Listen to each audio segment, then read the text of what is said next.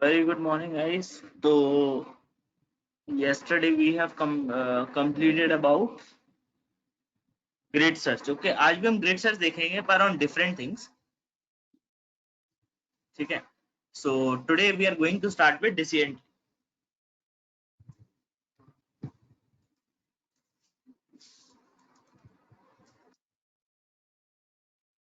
के साथ हम देखेंगे इसमें random forest. Sir After that, yeah. Sir एक बार पैरामीटर ट्यूनिंग थोड़ा सा डिफाइन कर दीजिए। मैं जब इसमें करवाऊंगा तब मैं बता दूंगा.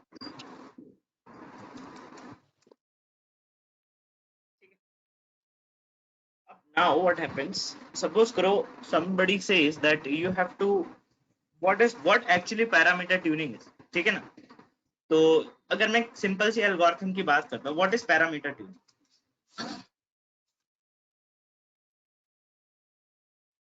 सर सर या सर पैरामीटर ट्यूनिंग मतलब सर एक वही तो नहीं जो मतलब कल सर आप बता रहे थे कि एक प्लेन हम बनाते हैं और वो फिर डिवाइड करता है दो क्लास को। नहीं, वो तो आपका वो तो सपोर्ट वेक्टर मशीन की कर्नल फंक्शन थी. पैरामीटर ट्यूनिंग मतलब जैसे आपके पास एक एल्गोरिथम है. एल्गोरिथम में मैं लेता हूँ KNN. ठीक है. KNN एल्गोरिथम होती है, उसके अंदर एक पैरामीटर होता है जिस पैरामीटर का नाम होता है n neighbours.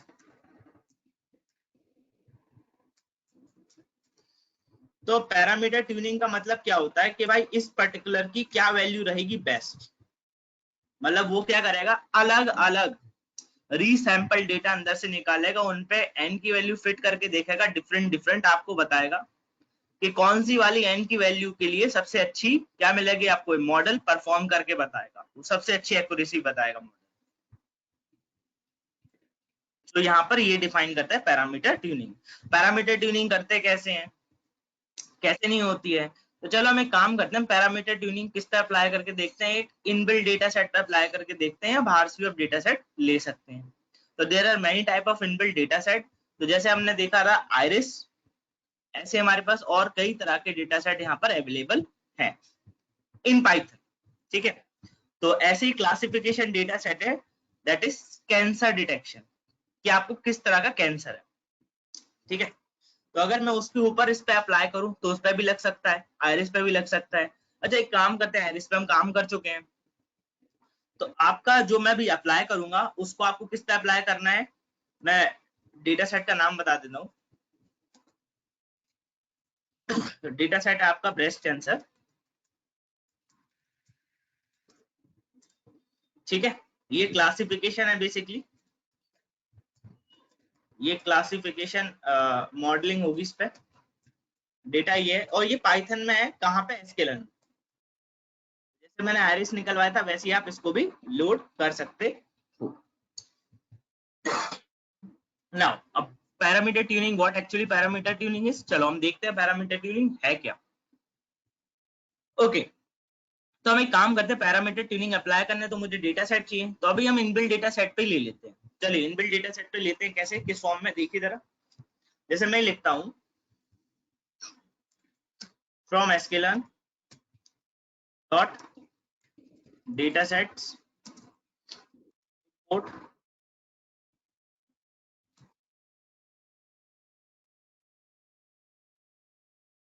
Load underscore iris, data equal to load underscore iris,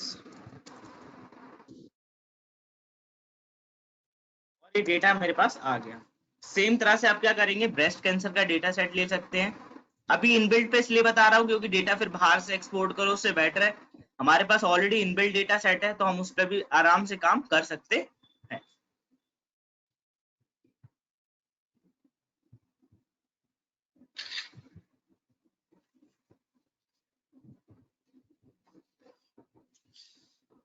इसमें आपको जानते हो सारे के सारे डेटा सेट क्लीन्ड है, तो क्लीन करने की तो जरूरत है नहीं. Direct x is equal to data dot data और y equal to data dot target.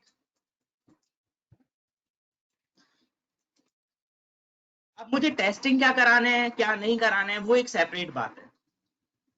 मुझे पैरामीटर ट्यूनिंग करना है तो क्यों ना पूरे डेटा पे पैरामीटर ट्यूनिंग कराई जाए। ओके, इस पे आप कोई भी एल्गोरिथम अप्लाई कर सकते हो। तो हम एक काम करते हैं, हम उस एल्गोरिथम में यहाँ पर अपना लेते हैं। जैसे मैंने सपोज करो अब मुझे चाहिए क्या, एक मॉडल बनाना पड़ेगा। तो मॉडल के लिए क्या ले सकता हूँ, फ्रॉम sklearn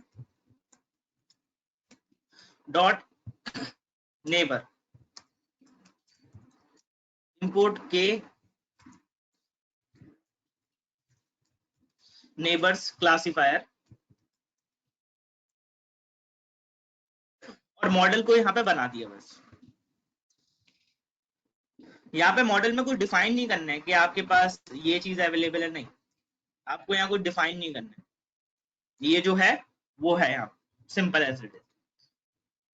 ओके, नाउ अब ग्रिड सर्च है तो कहां पर होगा, पैरामीटर ट्यूनिंग के लिए from sklearn dot model selection import grid search CV. ठीक, ओके। अब ग्रिड सर्च सीवी है तो अगर मैं इसको लिया और मैंने इसको भी रन करा लिया, ये रन हो गए। ओके, अब अगर मुझे पैरामीटर ट्यूनिंग करना है तो आप जानते हैं जो KNN होता है उसमें कितने पैरामीटर होते हैं भाई, दो ही पैरामीटर होते हैं मेन वाले। तो एक होते मैट्रिक्स और दूसरे कौन से होते हैं, नेबर। ये पॉइंट क्लियर है आपके माइंड में है कि सर ये चीज है। तो हम एक काम करते हैं, हमारे पास दो पैरामीटर हो गए, नेबर और ये वाले। तो सर पहले पैरामीटर डिफाइन कर लें। पैरामीटर हमेशा किस में डिफाइन होंगे गाइस, याद करो कल बताया था पैरामीटर हमेशा किस में डिफाइन होते हैं, लिस्ट में डिफाइन होते हैं। और लिस्ट के अंदर क्या जाती है, डिक्शनरी। डिक्शनरी में जो की होगी वो क्या होगी, उसके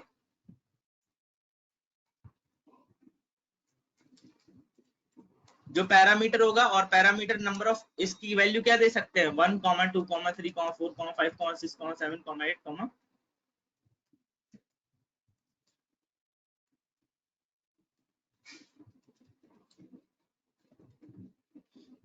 काम करते हैं हम 20 तक ले लेते हैं, के की वैल्यू 20 तक, ठीक है। और यहाँ पे ले लेते हैं matrix,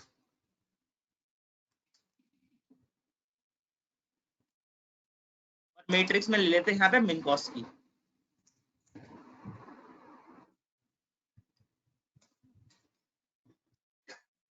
and you can check from here matrix Minkowski है बाय डिफॉल्ट इसमें।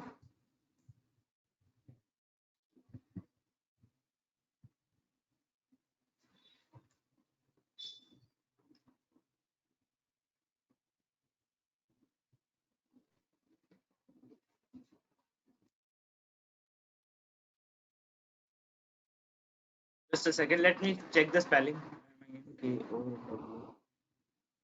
KOWSKI, ठीक है, ये हो गया। ये आपकी गाइस क्या कंप्लीट हुई, ये आपकी पहली एरे कंप्लीट हुई। कौन से वाले, पहले पैरामीटर कंप्लीट हुए। सेम में मैं दूसरे पैरामीटर लेने पड़ेंगे, तो इसको कॉपी कर लेता हूँ, नीचे जाता हूँ, इस वाले में ये पेस्ट कर देता हूँ, कॉमा लगा देता हूँ, और यहाँ पे ले लेता हूँ मैट्रिक्स, और यहाँ पर ले लेता हूँ Euclidean.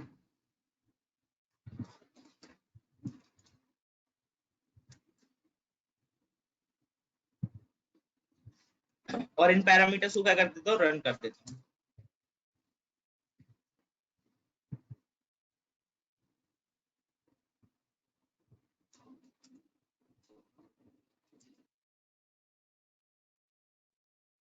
Just a second, what happened?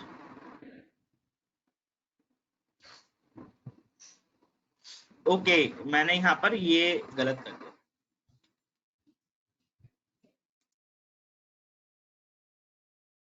ये पैरामीटर हो गए।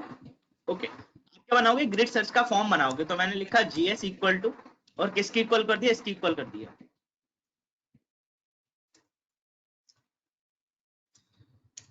अभी ग्रिड सर्च में कोई पैरामीटर नहीं देने, या आप दे भी सकते हो। जैसे हम यहाँ पे आए, अब यहाँ पे देखो इसके अंदर पैरामीटर है कई सारे, जैसे एस्टिमेटर है।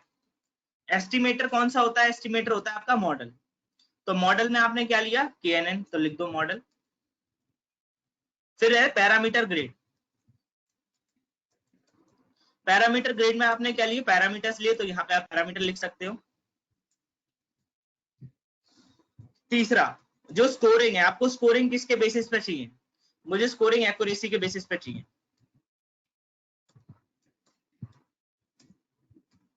Comma n_jobs equal to -1। इसका मतलब जितनी भी मेमोरी एलोकेट है हमारे पास, वो सारी किसको दे देना है? अपने सिस्टम को दे देना है। कॉमा कितनी बार चलाना है इसको? 10 times. Means 10 different resample data करने के बाद अंदर ही इसको आप रन कराओ और बताओ मुझे कि सबसे अच्छा स्कोर कहां पर आएगा। तो ये मेरे डिफरेंट पैरामीटर मैंने इसमें सेट कर दिए और उसको मैंने क्या करा? रन करा दिया। रन हो गया। अब क्या करा? gs dot fit. ओके, अब gs डॉट फिट करा। फिट किस में करना है? पूरा x, y पे। तो मैंने x, y पे पूरा फिट कर दिया डेटा।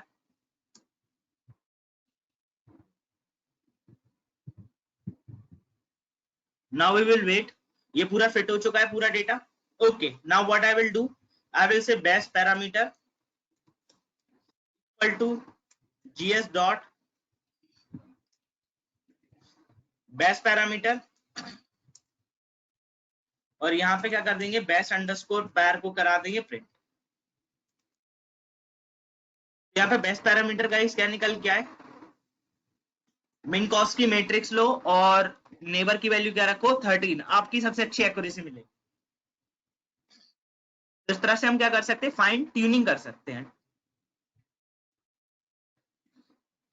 ये वाला पार्ट क्लियर हुआ, फाइन ट्यूनिंग वाला। अब किसी को डाउट इसमें? और हम डायरेक्टली प्रिंट करके क्या लिख सकते हैं? gs डॉट, इसमें कई सारे बेस्ट एस्टिमेटर कौन सा रहेगा? बेस्ट इंडेक्स क्या रहेगा? Best score. बेस्ट स्कोर भी क्या रह सकता है? 98% होगा बेस्ट स्कोर इस पर्टिकुलर वैल्यू पे। इस पर्टिकुलर वैल्यू पे क्या रहेगा बेस्ट स्कोर? 98। और स्कोर बेसिकली आपको स्कोर क्या होता है? Directly indicates your accuracy. ठीक है, स्कोर आपका डायरेक्टली इंडिकेट एक्यूरेसी करता है। तो इट इज बेसिकली 98% एक्यूरेट।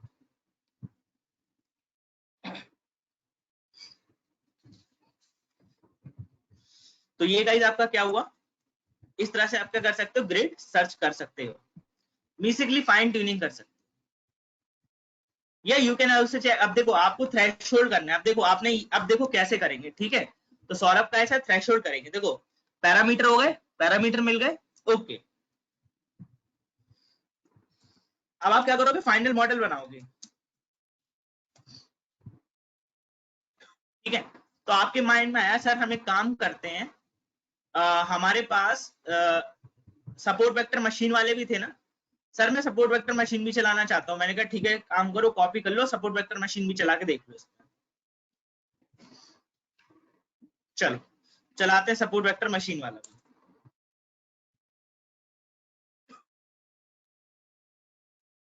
ये हो गया सपोर्ट वेक्टर मशीन, इसको कर लिया रन। ओके, अब यहाँ पे से क्या करा? यहाँ से आपने करा gs dot fit x, y। आर इस डेटा सेट पे फिट करा, फिट हो गया पूरा डेटा सेट जल्दी। ओके, अब क्या करा? आपने प्रिंट करा gs डॉट बेस्ट पैरामीटर। जब बेस्ट पैरामीटर इसमें रन करे तो क्या मिलेगा? एक सेकेंड,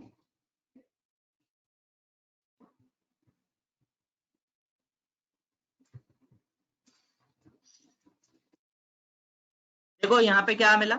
आप कर्नल लीनियर चुनो और सी की वैल्यू 10 चुनो, तो आपके बेस्ट क्या आएंगे? एक्यूरेसी बेस्ट आएगी।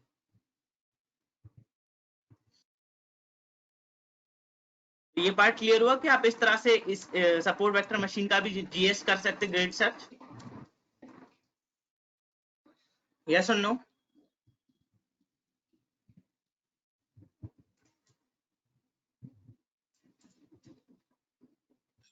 Point is clear? Okay, now अब सौरभ का क्वेश्चन, सर इसमें एक्यूरेसी चेक थ्रेशोल्ड पे कैसे करेंगे वो भी बताइए। ठीक है, चलो हम चलते हैं। तो सबसे पहले मैंने क्या करा, आज हम ग्राफ बनाने की भी कोशिश करेंगे मैन्युअली।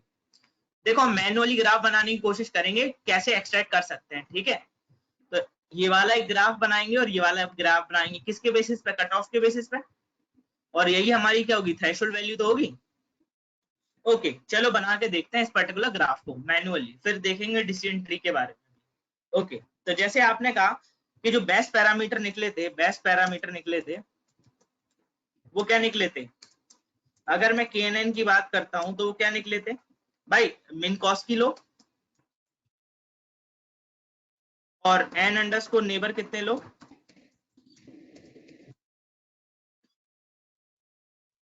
13। ठीक है, अभी हम उसकी बात कर रहे हैं कि फाइनल मॉडल। तो हम इसके बाद क्या बनाएंगे? हम फाइनल मॉडल बनाएंगे।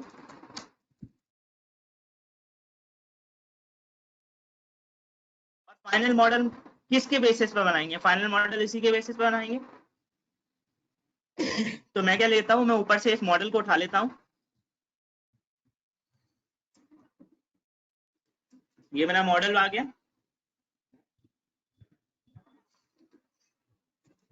ओके, अब डेटा मेरे पास एक ही है, तो मैं डेटा को दो पार्ट में डिवाइड करूंगा और लिखूंगा from scaler dot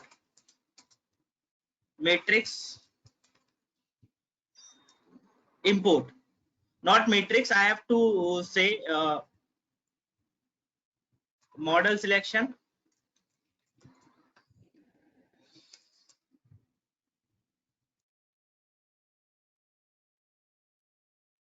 train underscore test underscore split. So I will say x underscore train comma x underscore test comma y underscore train y underscore test equal to, ये पूरा data ले लिया, copy x comma y। अब मैं दे नहीं रहा हूँ 25% ले ले रहा हूँ, बस रैंडम स्टेट दे देता हूँ इक्वल टू 42। ये हो गया। Let me run this final. ये फाइनल रन हो गया। अब भाई यहाँ चेंज करना पड़ेगी, तो यहाँ पे हम क्या है, यहाँ पे ये लिखा हमने, सबसे पहले लिखे n underscore neighbour equal to 13 comma matrix equal to Minkowski.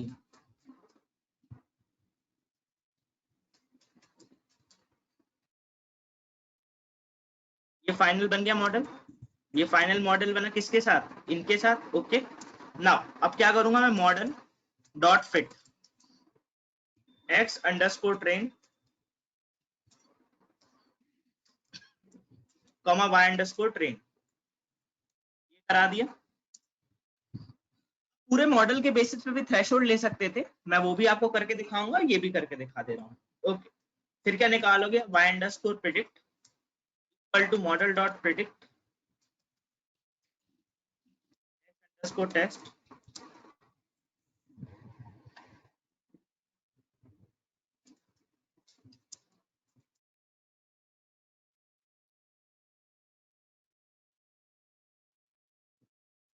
ये आपका मॉडल प्रिडिक्ट कर गया। ओके, अब एक काम करते हैं, अब इसकी प्रोबेबिलिटी देखते हैं। Probability equal to model dot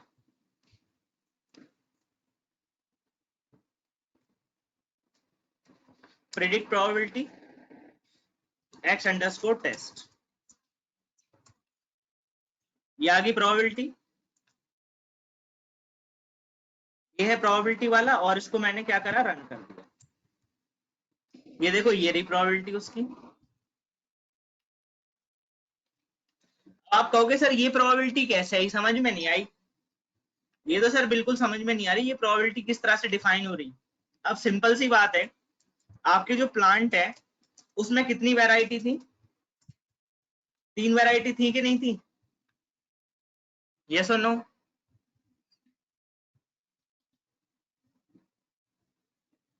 आपके प्लांट थे उसमें 3 वैरायटी थी कि नहीं थी?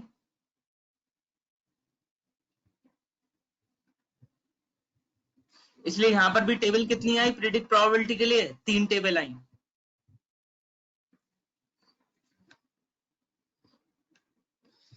कितनी table I guys? 3 table I.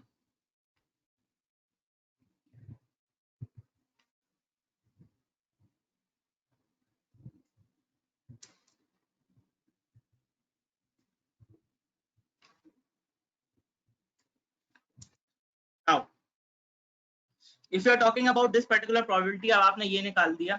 अच्छा, एक चीज और होती है, जैसे आप अगर इसमें आओ ना, मैं आपको एक सिंपल रूल बता दे रहा हूं भाई। देखो लॉजिस्टिक में पैरामीटर ट्यूनिंग बहुत कम होती है, ठीक है। तो लॉजिस्टिक के लिए हम क्या लेते हैं? थ्रेशोल्ड वैल्यू बहुत सेट करते हैं,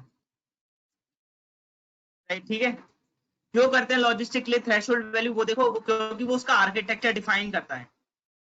क्यों उसका आर्किटेक्चर डिफाइन करता है? क्योंकि उसका आर्किटेक्चर ये कहता है कि भाई एक पर्टिकुलर वैल्यू ही डिफाइन करेगा कि मैं कौन से वाले को बिलोंग करूंगा, ठीक है। I hope this point is clear. भाई पर्टिकुलर वैल्यू जो डिफाइन करेगी कि ये 1 को बिलोंग करेगा, 0 को बिलोंग करेगा, ये उसका क्या बताता है? ये उसका आर्किटेक्चर बताता है लॉजिस्टिक का, कि थ्रेशोल्ड तो लेना ही पड़ेगा। यस और no?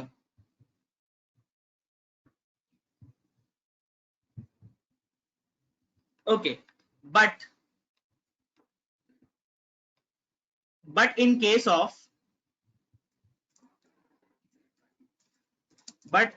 of KNN, SVM, decision tree, naive Bayes, random forest, you can set threshold value or you can also not। क्यों भाई? इसमें कर भी सकते हैं, नहीं भी कर सकते। क्यों नहीं कर सकते? क्योंकि भाई इसमें तो ऑलरेडी एल्गोरिथम अपना एक स्ट्रक्चर लेके आ रही है ना भाई। Logistic regression basically regression technique पे बिल्ट है, और रिग्रेशन टेक्निक पे बिल्ट है तो उसके पास इनबिल्ट उसकी खुद की कोई एल्गोरिथम नहीं है। बट एज कंपेयर टू के nearest neighbour, support vector machine, ये तो इनकी स्पेसिफिक एल्गोरिथम्स है ना जिसपे ये वर्क करती हैं, तो इनको तो उसकी चीज की जरूरत ही नहीं है। बट हाँ, there is a probability when you have to go, but normally we don't go for threshold value in KNN, decision tree, naive Bayes, random forest or ensemble. We only go for threshold checking for logistic regression normally. Normally we don't go, but if you want to go you can go. Why? Because these all are classification models, क्योंकि सारे के सारे क्या है guys? Classification models है, इसलिए आप उसमें भी क्या लगा सकते हैं? थ्रेशोल्ड वैल्यू सेट कर सकते हो। This point is clear?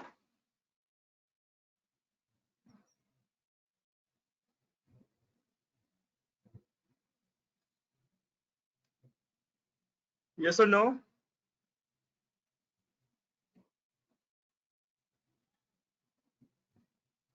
Okay, now अब जैसे हमारे पास ये आ गया, अब आप कहोगे सर एक काम करते हैं थोड़ा, सर अभी डिसीजन ट्री को थोड़ा डिले करते हैं, हम एक काम करते हैं सर, हम वो वाला कर्व बना के देखते हैं जो सर आपने बताया था ना, वो वाला कर्व किस बेसिस पे ज्यादा अच्छा बनेगा। ओके, तो आप बना सकते हैं वाला कर्व, मैनुअली बनाने आपको, यूजर डिफाइन तो कोई फॉर्म दिया ही नहीं है। हर एक चीज के लिए सेंसिटिविटी और स्पेसिफिसिटी सेपरेट कैलकुलेट करनी पड़ेगी, फिर उसके लिए मैट्रिक्स ग्राफ बनाना पड़ेगा। ओके, तो अब एक काम करते हैं, हम एक छोटा सा डेटा सेट लेते हैं, उसके बेसिस पे उस ग्राफ को प्लॉट करते हैं। ओके सर, कौन सा डेटा सेट होगा? चलिए हम देखते हैं, आज हम डीटीबी कंप्लीट कर लेंगे, रैंडम फॉरेस्ट भी कंप्लीट करेंगे, एनसेम्बल। आज मैं आपको केवल एल्गोरिथम पढ़ाऊंगा, नेक्स्ट क्लास में इसकी थ्योरी होगी, ठीक है। हाफ एन आवर, 1 घंटे की थ्योरी है रैंडम फॉरेस्ट और एनसेम्बल की। थ्योरी में मतलब आउटलाइन तो बता दूंगा, आउटलाइन क्या होते, इसके बैकएंड वर्किंग के कुछ फॉर्मुलेज हैं जिनको लिखवाना और कैलकुलेट करवाना होता है, वो मैं एक सेपरेट क्लास में करवाऊंगा, ठीक है। सो आज बेसिकली आपका क्लासिफिकेशन तक कंप्लीट हो जाएगा by coding wise classification will be complete today. Okay, चलिए हम लेते हैं ब्रेस्ट कैंसर वाला डेटा सेट। तो from sklearn dot data set import load underscore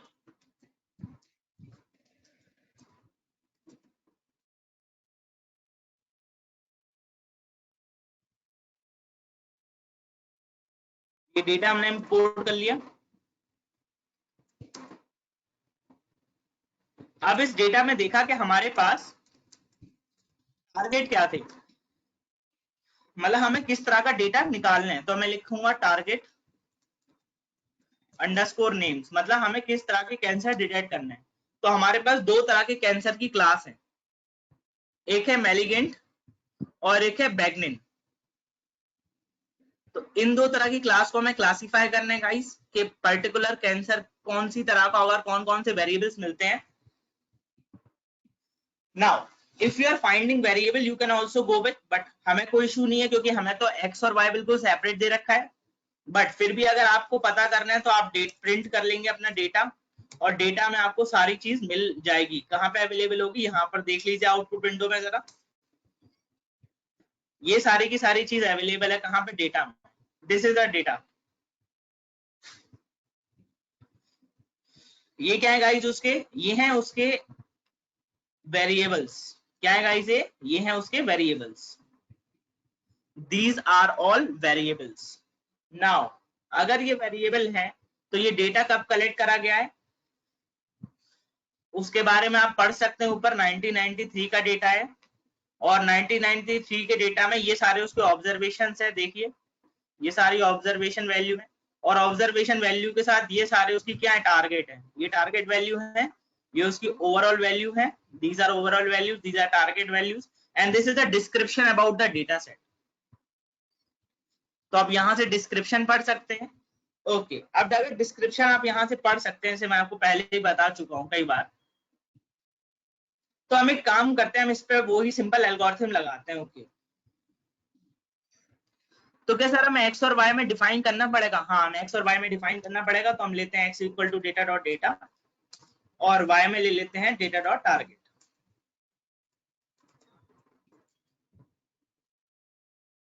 अब हम एक काम करते हैं, हम इसको रन कर लेते हैं, और रन करने के बाद ऊपर से जो हमारा ट्रेन टेस्ट स्प्लिट वाला है ना, वो उठा लेते हैं। ये हमारा ट्रेन टेस्ट स्प्लिट वाला आ गया। ओके, अब एक काम करते हैं, मॉडल बनाते हैं लॉजिस्टिक रिग्रेशन का। तो हम क्या लेते हैं, हम लिखेंगे सबसे पहले from sklearn dot model selection, no, from linear model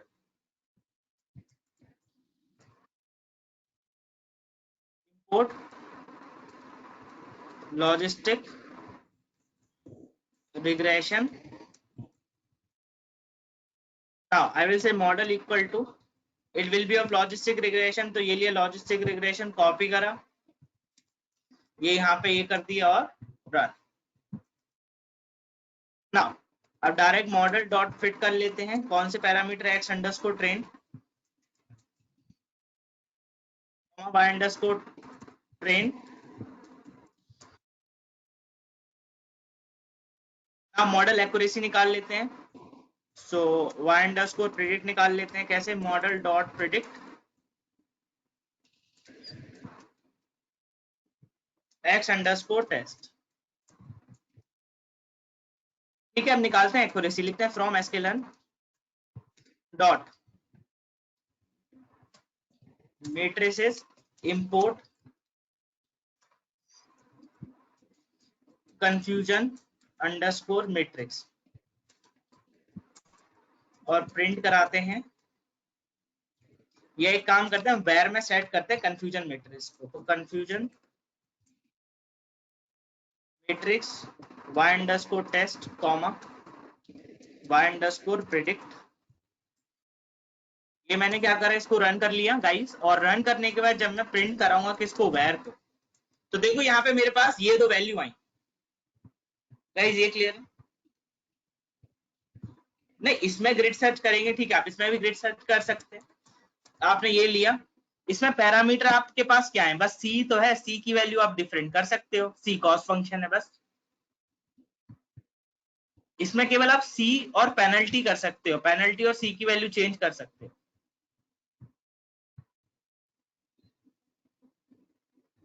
इसमें भी कर सकते हो, नो इश्यू एट ऑल, वो तो आपके ऊपर है, ठीक है। ओके, अब जरा ये देखो, अगर मैं कहता हूं ये मेरा क्या है 1 है और ये क्या है मेरा 0 है, ये मेरा 1 है और ये 0 है, चलो बताओ जरा मुझे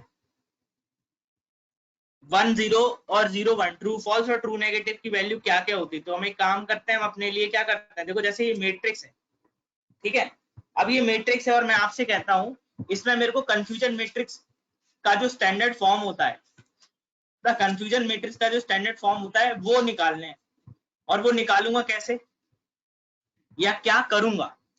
तो आपके माइंड में वही आया कि सर एक काम करते हैं, हम सेंसिटिविटी और स्पेसिफिसिटी के लिए अलग अलग रेंज ले लेते हैं। अच्छा, सेंसिटिविटी और स्पेसिफिसिटी निकालेंगे कैसे अलग अलग रेंज के लिए, भाई माइंड में तो वो आया होगा ना, क्योंकि आप जानते हैं हर एक अलग किसके लिए,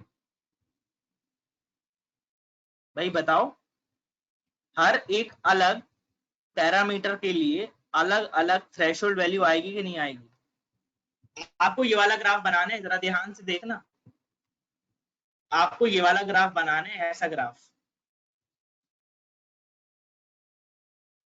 कुछ ऐसा,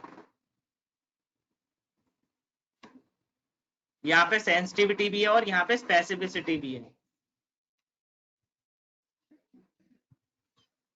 और ये क्या है, कट ऑफ है,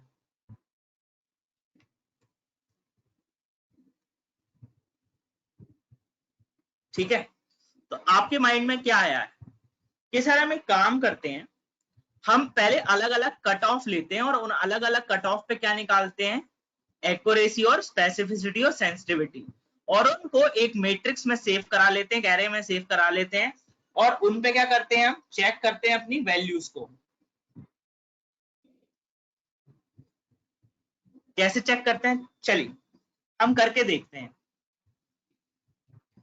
जैसे मेरे पास ये है कि यहाँ पे मेरे पास क्या है, मेरे पास अलग अलग थ्रेशोल्ड पे वैल्यू चाहिए, तो अलग अलग थ्रेशोल्ड पे कैसे वैल्यू लेंगे, तो मैंने क्या करा, मैंने एक थ्रेशोल्ड की TH नाम से एक वैल्यू बना दी, THRES, ठीक है, और एक लूप चलाया, मैंने कहा फॉर आई इन रेंज, ठीक है, कहां से चलने हैं, अब आपने कही सर हमें जो वैल्यू चलने हैं वो तो चलने हैं 1 से, कहां तक जाने हैं, 100 तक जाने हैं, कितना डिफरेंस चाहिए, 0.5 का चाहिए सब में, ठीक है। आपने क्या करा, आपने करा थ्रेश डॉट अपेंड आई, आपने तो ये कर दिया, what happened, oh can not interpret as an integer,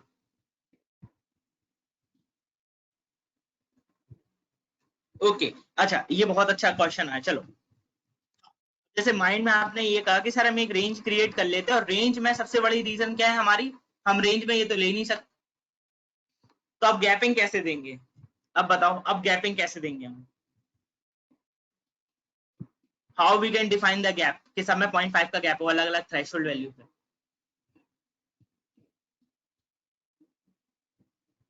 एक काम कर सकते हैं हम, भाई ये काम कराया सकता है कि नहीं कराया सकता, भाई ये वैल्यू तो आप ऐसी लो, जब आप एंड कर रहे हो तो 100 से डिवाइड कर दो,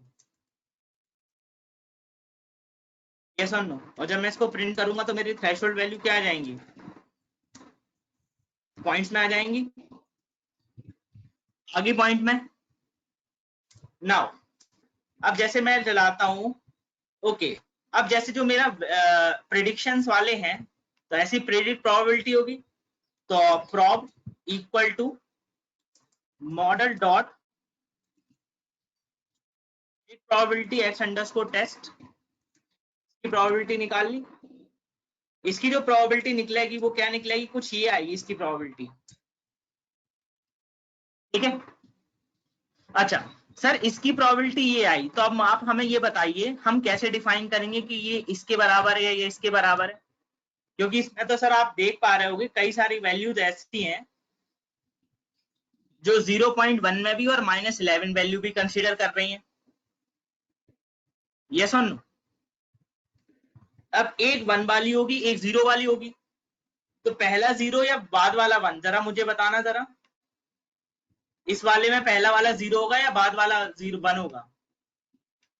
ये 0 है या ये 1 है? 0 1 कौन से वाले, ये है या ये है?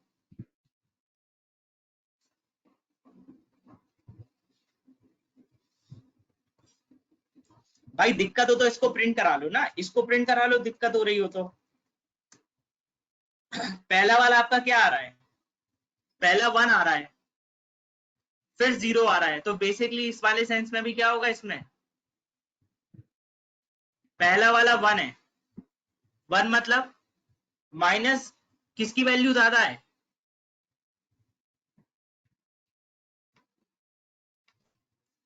देख पा रहे हो कि नहीं देख पा रहे हो, मुझे ये बताओ पहले।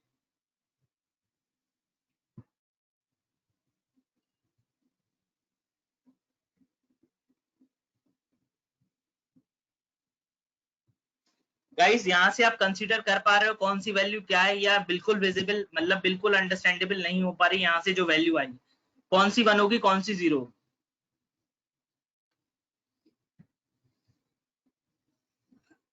0 और 1, बहुत सही। ओके अच्छा, आप ये कह रहे हैं अगर ये 0 और ये 1 है, ठीक है, ओके ये 0 है ये 1 है, ठीक है, फर्स्ट इज 1, मतलब कुछ लोग ये कह रहे हैं ये 1 है ये 0 है। अरे काम करो, इस वैल्यू को जरा ध्यान से देखो भाई, ये वैल्यू बड़ी होगी या ये वैल्यू बड़ी होगी? भाई ये वैल्यू ना,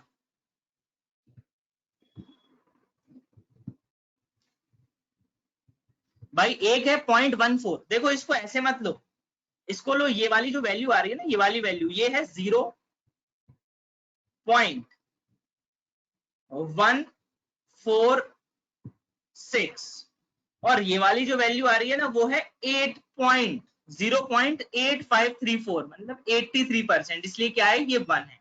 ओके अब जब आपको ये पता पड़ गई तो आप क्या करोगे, आपने करा ये वाला फॉर्म, जैसे ये लिया मैंने, चलो मुझे जरा वाला मेथड बताओ कि फाइनल वाला आपका कैसे निकालते हैं आप। जैसे ये पूरी एरे है, ओके, तो अब मैं क्या लिखूंगा, np डॉट वेयर, यहाँ पे y अंडरस्कोर प्रेडिक्टेड में सारी की सारी वैल्यूज कॉमा, अब ये रो कॉलम है तो इसमें कौन सा वाला लेना पड़ेगा गाइस, फर्स्ट वाला सेकंड वाला? तो 1 से 2 वाले की जो वैल्यू है अगर वो ग्रेटर देन किससे हो जाए, आई से हो जाए, तो उसको क्या देना 1, एल्स क्या देना 0 दे देना, यस और नो? इस प्रोबेबिलिटी से कुछ नहीं पता पड़ रहा है एक्चुअली, जो प्रेडिक्ट प्रोबेबिलिटी है ना वो प्रोबेबिलिटी बता रही है कि आपका ये जो वैल्यू है ना, जो 1 और 0 है उसकी कितनी आने की प्रोबेबिलिटी है। पहले केस में, पहले जो पहला केस है हमारे पास, उसमें जो कैंसर होगा वो बता रहा कि यार ये एम नहीं है ये बी है, आपके पास दो कैंसर थे।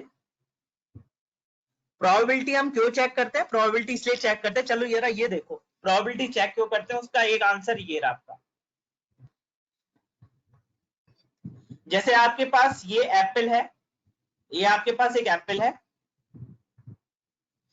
और ये आपके पास मैंगो है, ठीक है, ये दो क्लास है आपके पास, ये फर्स्ट क्लास है और ये सेकंड क्लास है। अब मेरे पास एक अननोन फ्रूट आया, ये वाला,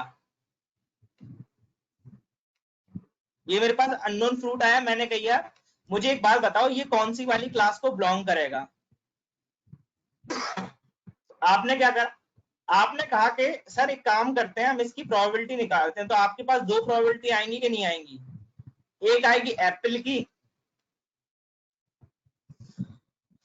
और एक आएगी मैंगो की।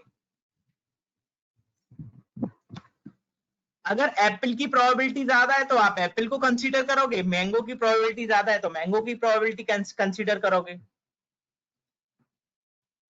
अब कैसे कंसीडर करोगे, क्योंकि एक थ्रेशोल्ड वैल्यू होती है और थ्रेशोल्ड वैल्यू क्या है, बाय डिफॉल्ट 0.5। आज हमें क्या करना है, हमें थ्रेशोल्ड वैल्यू भी वेरी करने हैं, ग्रिड सर्च के साथ भी करने हैं, तो लॉजिस्टिक में पहले थ्रेशोल्ड सेट कर लेते हैं फिर ग्रिड सर्च अप्लाई करके देख लेंगे। ओके नाउ जैसे अब मैंने कहा कि यार अप्लाई करेंगे तो कैसे करेंगे, सबसे बड़ी बात है गाइस करेंगे कैसे। ठीक है ना। तो आपने कहा सर एक काम करते हैं, ये जो वैल्यू है ना आपकी, ये जो वाली वैल्यू है ये है ना, ये इसको किसी के इक्वल कर देते हैं। तो इसको मैंने किसके इक्वल कर दिया, मैंने इसको कर दिया न्यू वेर के, न्यू प्रिडिक्ट, इसके इक्वल कर दिया। और यहां पर ये वाला सेंटेंस तो ठीक ही है, ओके। बट यार एक चीज है मेरे पास, अगर मैं निकाल रहा हूं ये वाला सेंटेंस, तो मुझे प्रिंट करके भी तो देखना पड़ेगा ना मेरे पास वैल्यू कौन सी आ रही है, क्योंकि मुझे तो किसकी चाहिए, मुझे तो उस वाली वैल्यू की चाहिए 0 to all, कॉमा 1 से 2। तो मैं जरा एक काम करता हूँ, मैं इसको प्रिंट करके देखता हूँ मेरे पास जो मैट्रिक्स आएगी वो कौन सी वाली आएगी। यहाँ पे क्या हो गया, ओ माय गॉड, ये तो वैरा हो गया। ओके, तो एक काम करते हैं 2 नहीं देते हैं, क्योंकि मेरे पास जो कॉलम है, रो तो सारी चाहिए, जो कॉलम है वो फर्स्ट वाला चाहिए। ओके, अब देखो यहाँ पर क्या मिल रहा यार, यहाँ पर तो मेरे पास मिल ही नहीं रहा, यहाँ क्या मिल रहा, too many index for array. Guys अब क्या करूंगा भाई, मैं तो, मेरे को तो दिक्कत आ गई है, बताओ कैसे लिख सकता हूं इसको, अगर मेरे को सारी की सारी पहली रो चाहिए। आपके पास, आपको मैंने पढ़ाया है नंपी में, कैसे लिखूंगा गाइस, जरा माइंड को करो। आपके पास ये दो, ये एरे है कुछ इस तरह की, और इसमें दो वैल्यूज हैं, और मुझे ये वाली वैल्यू चाहिए सारी की सारी। कैसे निकालूंगा guys, answer in the chat box.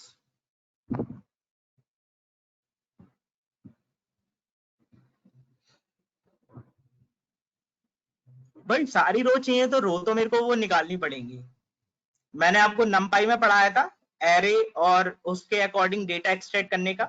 आज मुझे ऐसा डेटा चाहिए, सारी की सारी रो चाहिए और कॉलम्स चाहिए, एक कौन सा वाला, फर्स्ट वाला कॉलम चाहिए।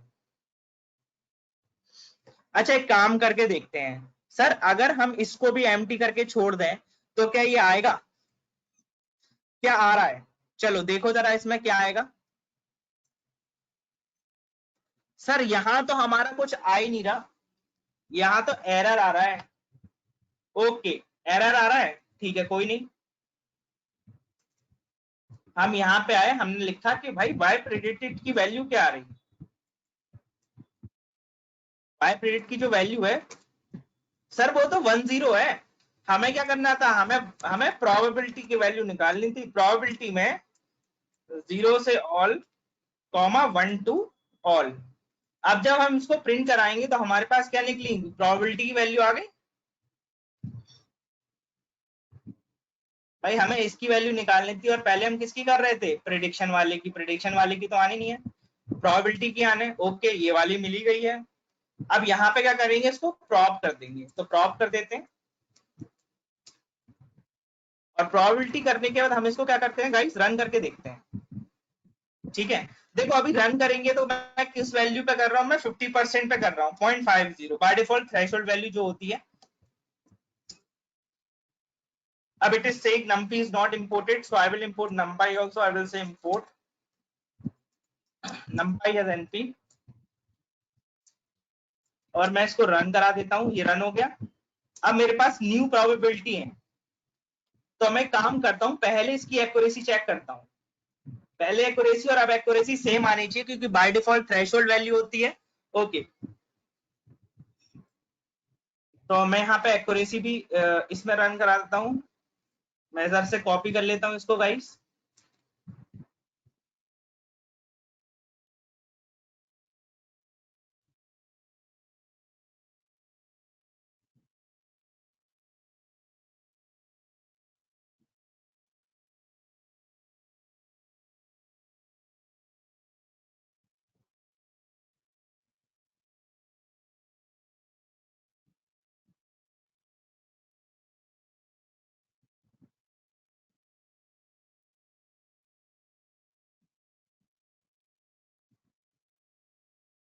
और इसके अंदर हम क्या देते हैं, हम देते हैं अभी ये वाले पैरामीटर।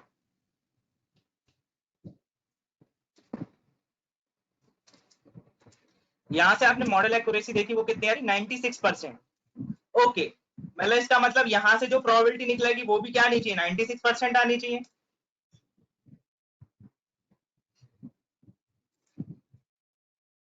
यहां से क्या निकली न्यू प्रोबेबिलिटी, वो भी क्या आनी चाहिए गाइस 96% आनी चाहिए, दोनों आ रही सेम आ रही, इसका मतलब बाय डिफॉल्ट कितना होता है 50%। मुझे अगर ना गाइस इसकी वैल्यू चेंज करनी है, ठीक है, अब इसकी वैल्यू चेंज कैसे करूंगा और क्या डिफरेंट डिफरेंट एक्यूरेसी आएंगी, तो यार आपको इतना पता पड़ गया कि सर सेम आती है। चलो अब हम बनाते हैं अपना फाइनल आउटकम, वो ग्राफ कैसे बनाएंगे। तो व्हाट आई विल से, अब मैं क्या करूंगा, मैं एक लूप चलाऊंगा, आपने ऊपर ये थ्रेशोल्ड वाली वैल्यू तो निकाल ही ली, ओके।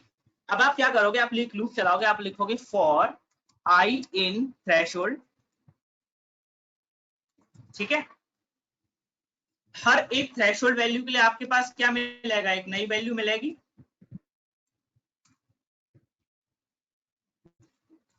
और नई वैल्यू मिलेगी किसके लिए भाई, इसके लिए नई वैल्यू मिलेगी, तो इसको कर लेते कॉपी,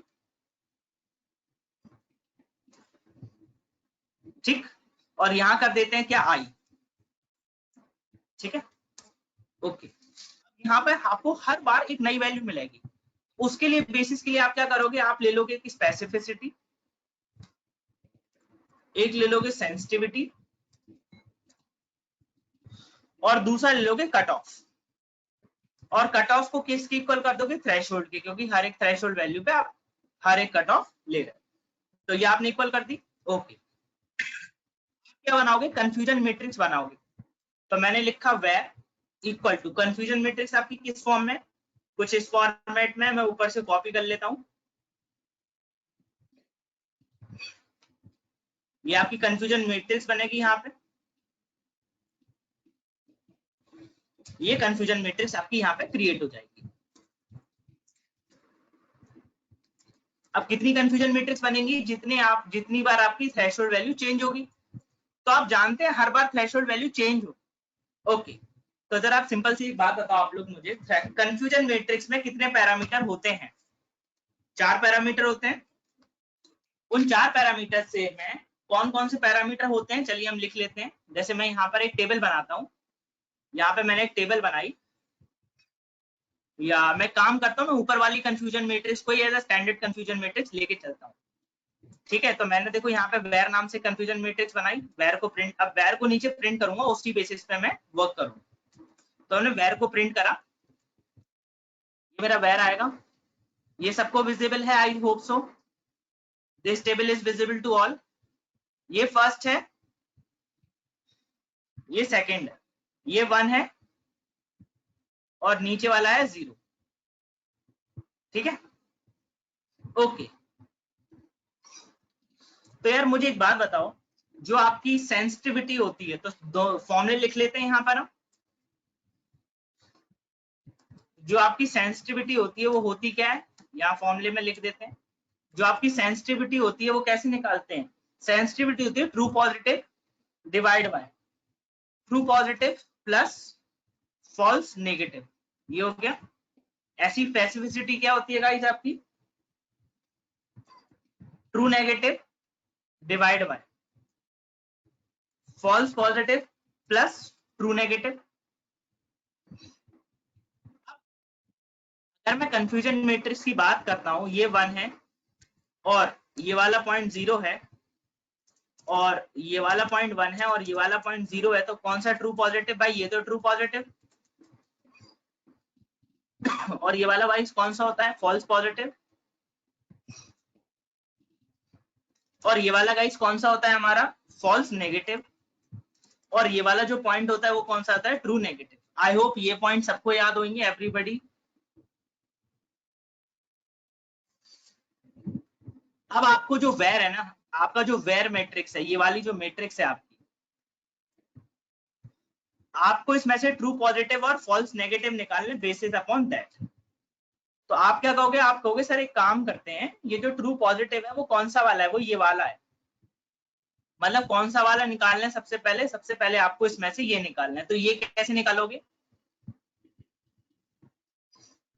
आप कहोगे सर टीपी ट्रू पॉजिटिव वाला है, आप कहोगे वेर, वेर एक मैट्रिक्स है, इसके अंदर पहली रो चाहिए, तो 0 to 1, कॉमा, कॉलम कौन सा चाहिए, 0 वाला कॉलम चाहिए बस।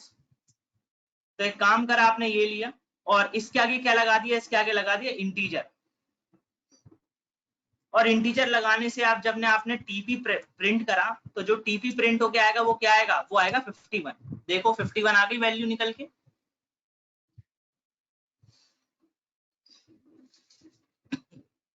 You have extracted 51, true positive निकाल लिया। सेम वे में क्या निकाल लेंगे आप, ट्रू नेगेटिव निकाल लेंगे। तो ट्रू नेगेटिव के लिए क्या लेंगे, इंटीजर। अब ट्रू नेगेटिव है कहां पे, तो ट्रू नेगेटिव ये है, ट्रू नेगेटिव 87 है। तो कैसे निकालेंगे, आप लिखेंगे वेर, आपको कौन सा चाहिए, फर्स्ट रो चाहिए, कॉमा, कॉलम भी कौन सा चाहिए, फर्स्ट वाला चाहिए, ये लिख लिया। और मैंने क्या, टीएन रन कराया, यहां से 87 आ गया। ओके, अब मुझे क्या चाहिए, मुझे चाहिए कौन सा रेट चाहिए गाइस, मुझे चाहिए ट्रू पॉजिटिव फॉल्स नेगेटिव। तो ट्रू पॉजिटिव और फॉल्स नेगेटिव कौन सा वाला पार्ट होगा, ट्रू पॉजिटिव और फॉल्स नेगेटिव, मतलब ये वाला पार्ट, ठीक है। इसका मतलब कौन सा वाला पार्ट, ये वाला पार्ट। तो एक काम करते हैं, हम लिखते हैं सेंड, सेंसिटिविटी का एसएनटी, सेंसिटिविटी का टोटल इंटीजर, और यहां पर क्या कर देते हैं गाइस,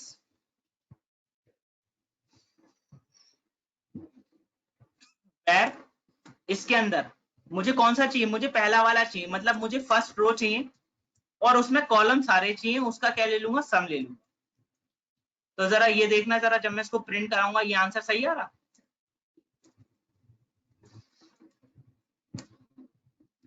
51 नहीं, ये तो 51 आ रहा। अब ये ठीक आएगा, पर ये कौन सा चाहिए, कॉलम मेरे को फर्स्ट वाला नहीं चाहिए, कॉलम मेरे को दोनों सर चाहिए, सेमी कॉलम, रो फर्स्ट चाहिए। 54, अब ठीक है, ये आ गया, true negative plus false positive, sorry true negative plus false, true positive plus false negative.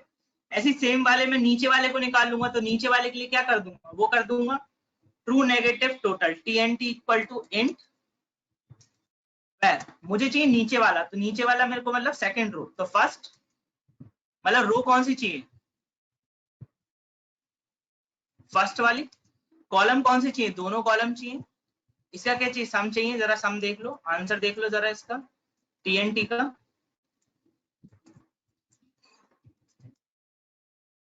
TNT is equal to 0, what happened,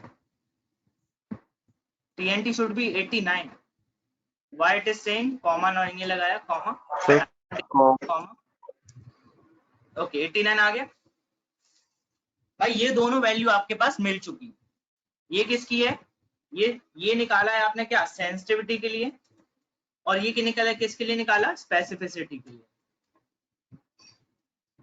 ठीक है। ओके, नाउ अब आप जानते हो आपके पास जो डेटा आएगा वेर, वो सबके लिए अलग आएगा, तो आप क्या निकालोगे, आप निकालोगे सेंसिटिविटी, तो आप निकालोगे सेंसिटिविटी इक्वल टू, कैसे निकालोगे, टीपी डिवाइड बाय टीएनटी। और इससे पहले आपको क्या करनी पड़ेगी, आपको ये दोनों एलिमेंट लिखने पड़ेंगे यहाँ, control X, control B, control X, control B, और जो आई उसको किस में अपेंड करा दोगे, आपकी जो सेन नाम की लिस्ट है उसमें किसको अपेंड करा दोगे, सेंसिटिविटी। तो इस तरह से अलग अलग थ्रेशोल्ड वैल्यू पे अलग अलग सेंसिटिविटी मिलेगी। सेम वे में आप क्या कराओगे, स्पेसिफिसिटी को, तो मैं यहाँ कर देता हूँ, मैं इसको सेंसिटिविटी कर देता हूँ और इसको क्या कर देता हूँ, स्पेसिफिसिटी कर देता हूँ।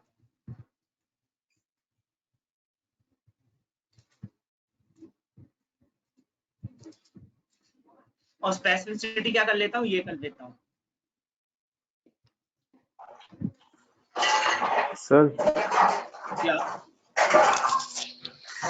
सर आपने बताया था जो सेंसिटिविटी होती है वो हमारा बेसिकली होती है कि हम वन को हमारा मॉडल कितने अच्छे तरीके से प्रिडिक्ट कर पा रहा है। यस,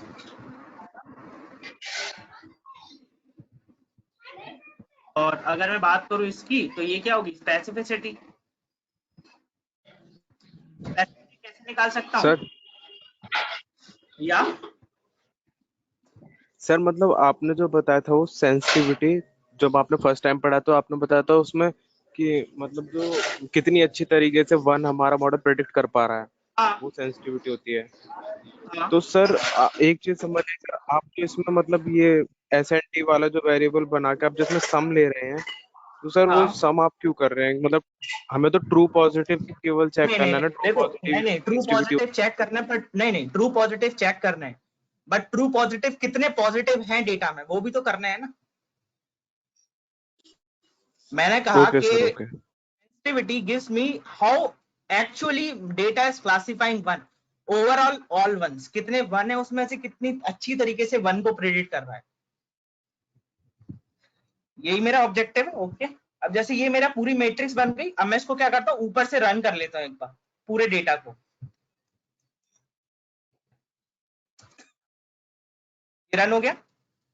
ओके, इसका मतलब मुझे अलग अलग कट ऑफ पे अलग अलग सेंसिटिविटी स्पेसिफिसिटी मिल गई होगी। तो अब एक काम करो, आप प्रिंट करा सकते हो स्पेसिफिसिटी को देखने के लिए, स्पेसिफिसिटी रन कराई, ये मैट्रिक्स मिल गई। ओके, स्पेसिफिसिटी रन कराई, ये मैट्रिक्स मिल गई।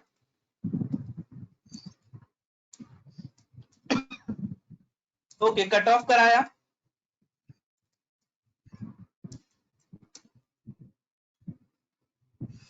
कट ऑफ मिल गया। ओके, अब क्या करेंगे, अब ग्राफ बना लेते हैं जल्दी से। तो how will I plot this particular graph, अब मैं यहाँ पे आया, मैंने कहा कि plt dot figure fix size, मैंने 10,10 का रख दिया। अच्छा, मैंने मैटप्लॉटलिब करा नहीं है, एरर आ जाएगा, import matplotlib dot pyplot S plt dot. अब मुझे क्या बनाना है गाइस, मुझे x और y चाहिए और मुझे एक लाइन प्लॉट चाहिए, तो मैं लिखूंगा प्लॉट x और y। या आप क्या कर सकते हैं, आप स्कैटर प्लॉट कर सकते हैं, मैं लाइन प्लॉट कर लेता हूँ। तो लाइन प्लॉट के बेसिस में कर सकता हूँ, यहाँ पे मैं यहाँ पे ये आया, and what I have check कि आप एक्यूरेसी को भी डिफरेंट वे में चेक कर सकते हैं, अलग अलग थ्रेशोल्ड पे आप सीधे एक्यूरेसी भी करा सकते, बता सकते थे कि कौन सी वाली पे अच्छी एक्यूरेसी आएगी। ठीक है, now what I will do, I will से x में मेरे क्या रहेंगे, कट ऑफ, कॉमा, उसके बाद मुझे y देना है, y में सबसे पहले दे दो सेंसिटिविटी। तो सेंसिटिविटी के लिए जो मैट्रिक्स गई है वो क्या गई है, सैन नाम की, कॉमा, इसमें जो लेबल दूंगा वो क्या दूंगा, वो दूंगा सेंसिटिविटी का, कॉमा, इसके लिए जो कलर दूंगा वो क्या दूंगा, सेंसिटिविटी के लिए देते हैं रेड। ऐसे दूसरा प्लॉट, कंट्रोल सी, नीचे कर देते हैं कंट्रोल वी, इसमें लेते हैं क्या, स्पेसिफिसिटी, और यहाँ पे ले लेते हैं स्पेसिफिसिटी,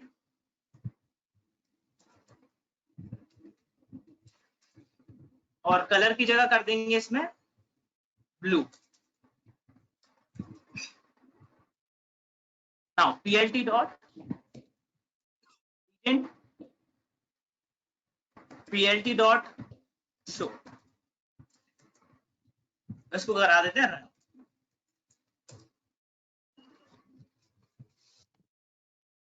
अब जरा देखो,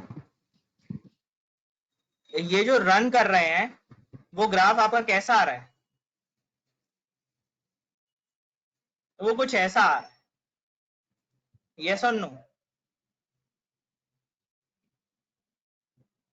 भाई मैंने बनाया ये बस, बट बाय डिफॉल्ट जो ग्राफ स्टैंडर्ड दे रखा होता है किताबों में वो ऐसा, बट ऐसा भी आ सकता है। TP upon S N T, TP upon S N T नहीं करा, okay, TP upon S N T नहीं करा, मैंने क्या कर दिया है, TP upon T N T. But sensitivity के लिए मैंने क्या ले रखा था, सेंसिटिविटी के लिए मैंने क्या ले रखा था गाइस, टीएनटी ले रखा था क्या, TP upon S N T. Okay, S N T,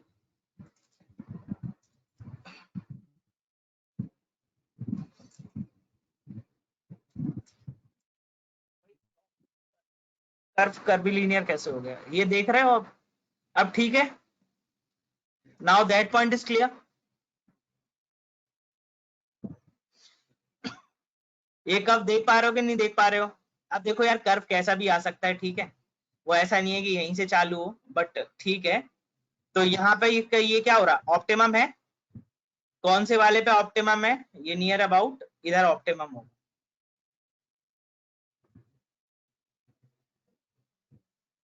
yes और no?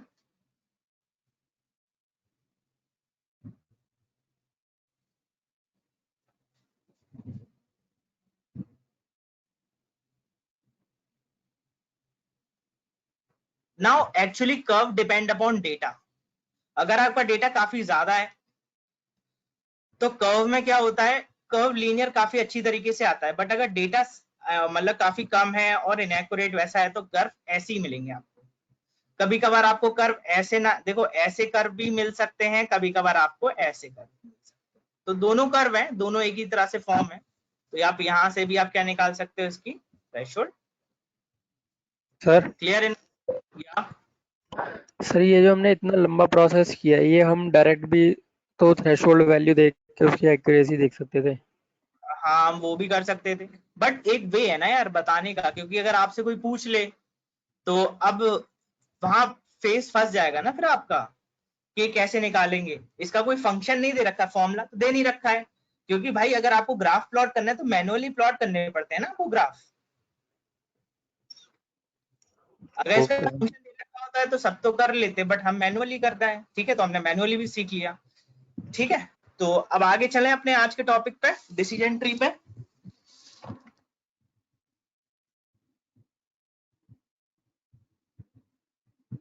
Shall we move on towards decision tree?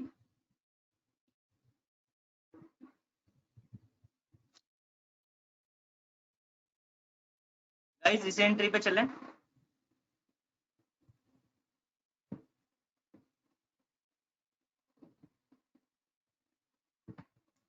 चलो तो हम स्टार्ट करते हैं डिसीजन ट्री। अब देखो डिसीजन ट्री है क्या वैसे। डिसीजन, तो डिसीजन ट्री, सबसे पहली चीज आपको ये पता होनी चाहिए, डिसीजन ट्री ना गाइस कोई मशीन लर्निंग टेक्निक नहीं है। This is not a machine learning technique, ये एक मैनेजमेंट टूल है। Decision tree is not a machine learning technique, but it has been implemented into machine learning from very beginning, but it is basically a decision making tool. ये क्या है guys, decision making tool होता है जो हमें rule generate करने में help करता है। How to generate rules. तो जरा मुझे एक सिंपल सी बात बताइए, आप एक मार्केटिंग कैंपेन टीम के लिए काम करते हैं और मार्केटिंग टीम ने आपसे कही यार आप एक बात बताओ, इस सीजन में हमारा प्रोडक्ट कौन से कस्टमर बाय करेंगे या नहीं करेंगे। ठीक है, तो आपने क्या करा, मशीन लर्निंग लगाई, आपने 1-0 के फॉर्म में उनको आंसर निकाल के दे दिए। ठीक, अब आंसर निकले 1-0 के फॉर्म में, अब उसे तो पता नहीं है मार्केटिंग वाले को ये 1 क्या है 0 क्या है, तो वो ये चाहता है कि यार आप रूल बताओ मुझे कि 1 कब होगा 0 कब होगा। मुझे वो नहीं चाहिए क्या कि भाई कि अच्छा ये 1 है तो मतलब ये खरीदेगा, ये 0, नहीं नहीं, ये 1-0 आया कैसे, आप मुझे रूल बताओ तभी मैं कर पाऊंगा। ओके, अब रूल बताने के लिए यार मुझे आप लोग को क्या करना पड़ेगा, एक डायग्राम स्ट्रक्चर में बताना पड़ेगा। तो डायग्राम स्ट्रक्चर बनाने के लिए हम एक काम करते हैं, हम छोटी सी डेटा लेते हैं छोटा सा, उस डेटा के अकॉर्डिंग हम डिसीजन ट्री क्रिएट करते हैं और उस डिसीजन ट्री में आपको समझाता हूं कि आप इसके अंदर क्या क्या कर सकते हो। So let's start decision tree with this simple example. तो जैसे आपके पास क्या है, आपने कहा कि सर हमारे पास डॉग और कैट का कुछ कलेक्शन है। ठीक है, तो डॉग और कैट का कुछ कलेक्शन है, तो मैं काम करता हूं, मैं यहाँ पे ये करता हूँ, यहाँ पे मैं एक डेटा बना लेता हूँ छोटा सा। So data equal to pd dot data frame, मैं यहाँ पे लेता हूँ हाइट, और हाइट में मैं डेटा इनिशियलाइज कर लेता हूँ। हाइट में क्या डेटा ले लेता हूँ गाइस, मैंने कहा 8, 50, 8, 15, 9। हाइट सेंटीमीटर में भी हो सकती है, कॉमा, फिर मैंने लिया इसका वेट,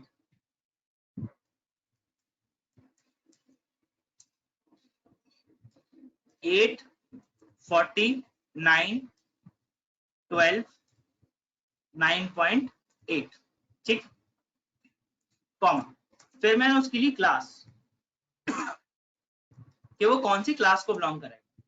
तो भाई वो कौन सी क्लास को बिलोंग कर सकता है, वो डॉग को भी बिलोंग कर सकता है और वो कैट को भी बिलोंग कर सकता है, पर जो बाय डिफॉल्ट जो हमें दे रखे हैं वो कुछ इस तरह से दे रखे हैं।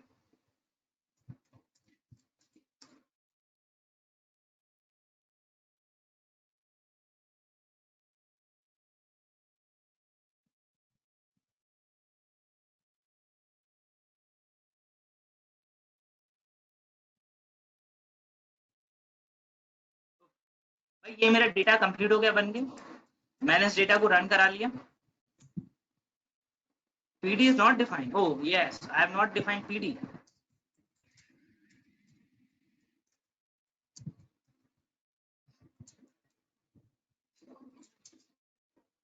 ये PD हो गया। अब आप जानते हो भाई टेक्स्ट तो चलेगा नहीं, ये डेटा मिल गया मुझे, अब इस डेटा के बेसिस पे अब मेरे को सिंपल सी बात है यार, आप इतना बताएं आपको क्या ये चलेगा नहीं, तो आपको इसको कैटेगोरिकल बनाना पड़ेगा। तो डमी बना लेते हैं, क्लास के CL equal to PD dot get underscore dummies, और इसके अंदर क्या करते हैं, data class comma drop underscore first equal to true,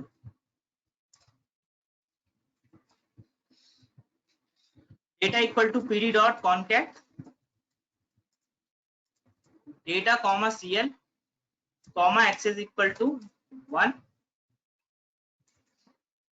and data dot pop और क्लास एंड फाइनल डेटा, इन तीनों को रन कर दिया और हमारा डेटा क्लासिफाई हो गया डॉग और कैट। ये हमारा डेटा फाइनली बन गया। अब मैं काम करता हूं, मैं इसमें डिसीजन ट्री अप्लाई करने, ठीक है, तो डिसीजन ट्री अप्लाई करने, अब डिसीजन ट्री अप्लाई करना और डिसीजन ट्री बनाना भी है। अब आपके पास क्या है, डिसीजन ट्री बनाते क्यों है, तो चलिए मैं एक छोटा सा एग्जांपल लेता हूं, डिसीजन ट्री बनाना क्यों पड़ता है, ठीक है, तो चलो जरा ये देखो डिसीजन ट्री बनाते क्यों है। पहली चीज, डिसीजन ट्री सबसे इजी रिप्रेजेंटेशन है किसी भी डेटा का। जैसे सपोज करो मेरे पास ये डेटा दे रखा है, ठीक है, आई हैव दिस डेटा, यहां पर कुछ क्लासेस दे रखी हैं कि एक ये क्लास है, एक ये क्लास है, इस वाले में यहां पर एक क्लास डिफाइन कर रखी है और इस वाले में यहां पर एक क्लास डिफाइन कर रखी है। ये क्लास 25 नंबर पर है, ये 50 पर है, ये आपकी किस पे है, 30 पे, और ये है आपकी 10 पे। ये पैरामीटर है आपके x2, ये पैरामीटर है आपके x1। यहाँ पर कुछ क्लास है, जैसे यहाँ पर सर्किल बैठ गया, यहाँ पे ट्राइंगल है, यहाँ पे आपके रेक्टेंगल है, यहाँ पे आपके स्टार है,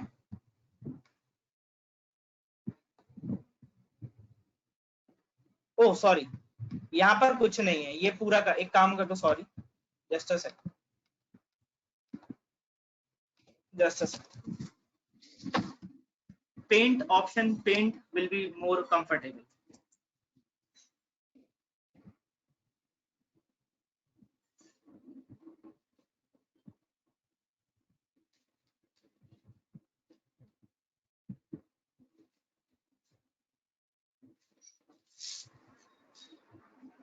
ना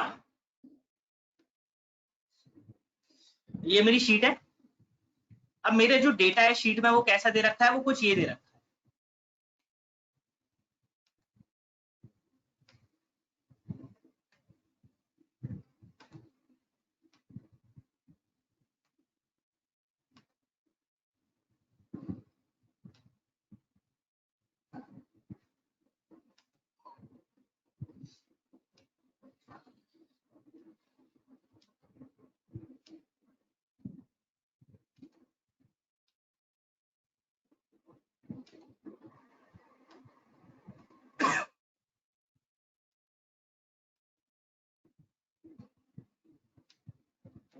भाई ये मेरा डेटा दे रहा है, ठीक है। अब इस डेटा में मेरे पास कई, जैसे ये x1 है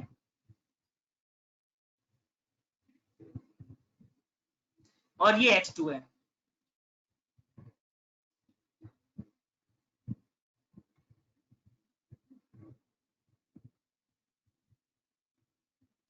ठीक है।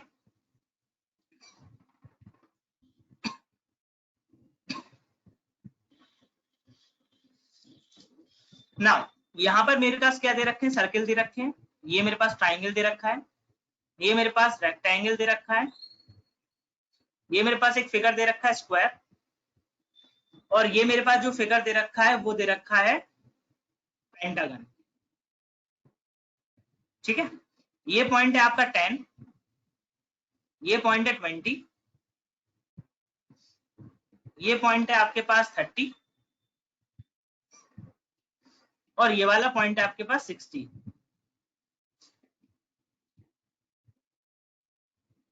ठीक, आपको क्या बनाना है, डिसीजन बनाना है।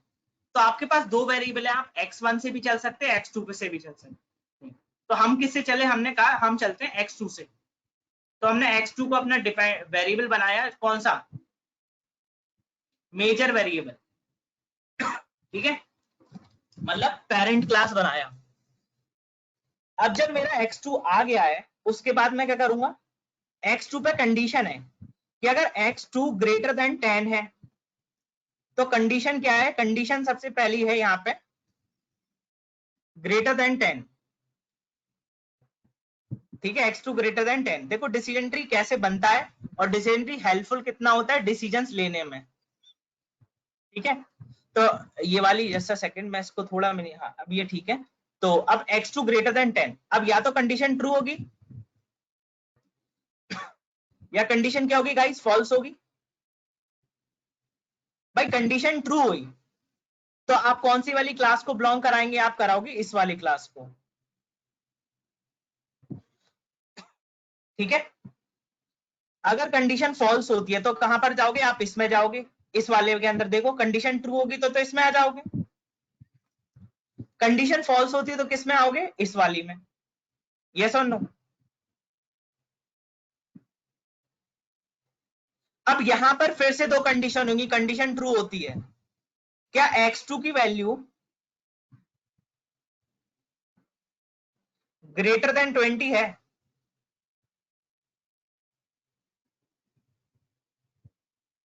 आप कहोगे नहीं, इसमें भी दो कंडीशन है, या तो ट्रू होगी या फॉल्स होगी। अगर x2 की वैल्यू ग्रेटर देन 20 है तो फिर दो कंडीशन होंगी, पहले तो फॉल्स में एक ही कंडीशन होगी, तो भाई रेक्टेंगल आपका यहां पर आ जाएगा, यहां पे तो कुछ नहीं मिलेगा। अगर ट्रू होती है तो यहाँ पे आपकी एक और कंडीशन होगी ना, कि जब अगर ट्रू होती है तो x1 की वैल्यू क्या ग्रेटर देन 60 है, अगर है तो वो इसको बिलोंग कर रहा है, अगर नहीं है तो वो किसको बिलोंग कर रहा है, वो sorry yes greater than 30 guys, sorry greater than 30 है। एक काम करता हूं, मैं इसको रब कर लेता हूं, मैं फिर से स्ट्रक्चर डिफाइन कर देता हूं।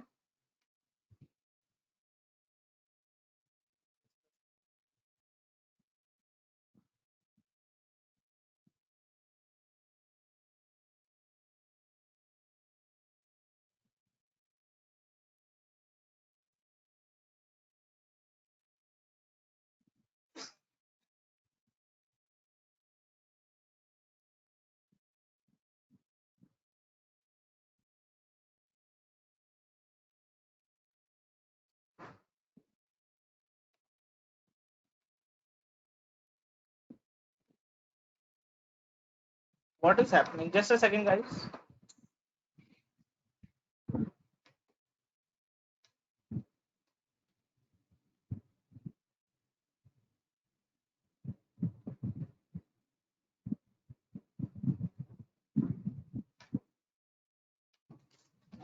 ओके, आपने कहा कि सर x2 हमारे लिए क्या है, डिपेंडेंट वेरिएबल है, तो मैंने क्या लिख लिया यहाँ पे x2 लिख दिया।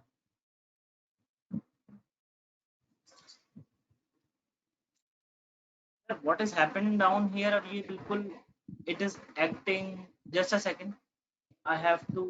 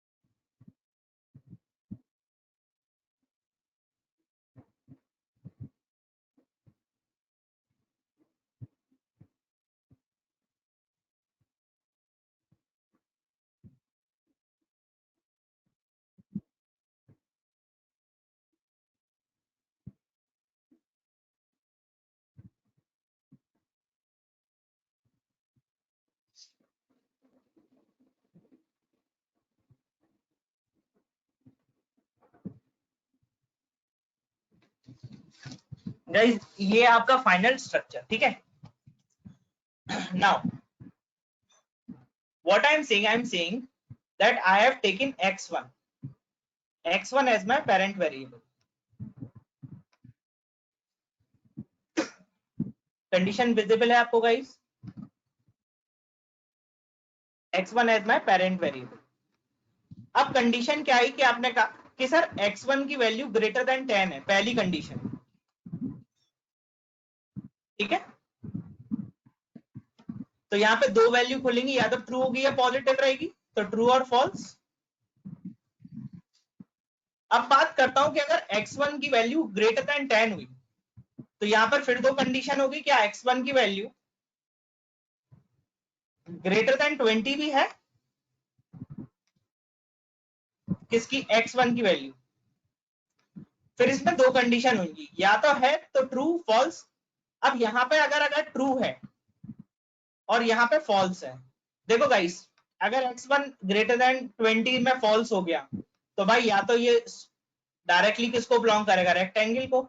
जबकि अगर ट्रू होता है तो यहाँ पे दो कंडीशन और होंगी, क्योंकि ट्रू वाले में x2 को बिलोंग करता है. Let me make this particular tree और फिर मैं आपको समझा पाऊंगा ये ट्री कैसे काम कर रहा है. x2 ये greater than 5,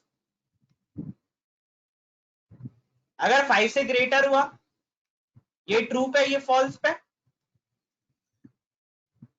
so what it will mean? True पे क्या देगा? ये पेंटागन. और फॉल्स पे क्या देगा? पॉजिटिव. अब यहां पे ये कंडीशन क्या हुई थी guys? Greater than 20 true, less than 20. Greater than 20 अगर ये ट्रू होती है और अगर ये फॉल्स होती है, अगर ये कंडीशन फॉल्स होती है तो यहां पर जो मेरे पास फॉल्स की कंडीशन आएगी उसमें दो कंडीशन बैठ जाएंगी कि मेरा जो x2 की वैल्यू है क्या वो ग्रेटर देन 10 है. फिर से अगर वो ग्रेटर देन 10 है तो यहाँ पे दो कंडीशन, या तो ट्रू होगा या फॉल्स होगा.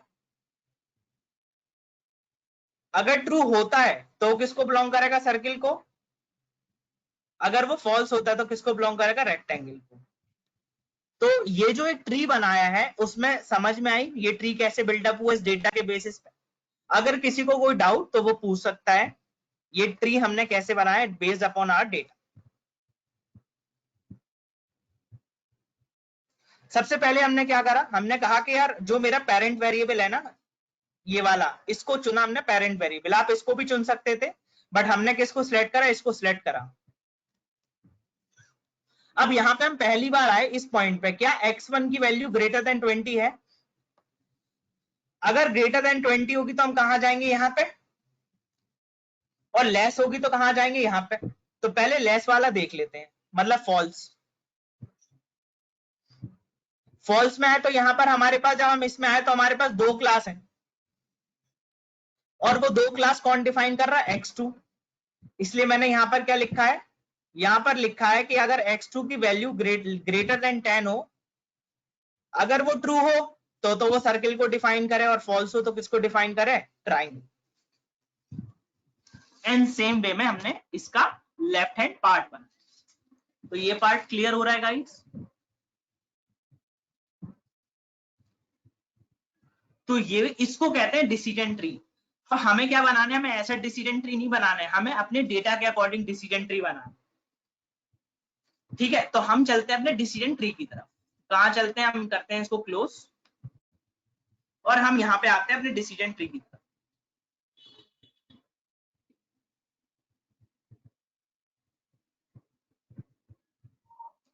अब इस पे हमें लगाने हैं एल्गोरिथम, पर एल्गोरिथम लगाने से पहले हम क्या करते हैं, एक्स को सेपरेट कर लें, x equal to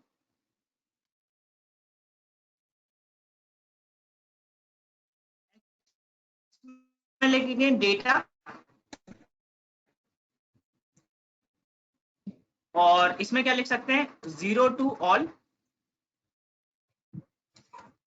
dot ilog comma 0 to 2 और y में सेम वे में y को ले सकते हैं data dot ilog 0 to all comma 2 to end। यहां से हमारा x और y सेपरेट हो गया। अब x और y सेपरेट हो गया, ट्रेनिंग कुछ नहीं कराना है इसमें, क्या करना है, सबसे पहले हमें लगाने मॉडल फ्रॉम sklearn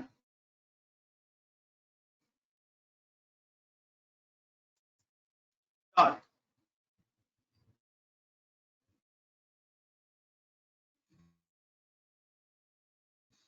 इसमें चलता है ट्री, क्योंकि डिसीजन ट्री है तो ट्री इंपोर्ट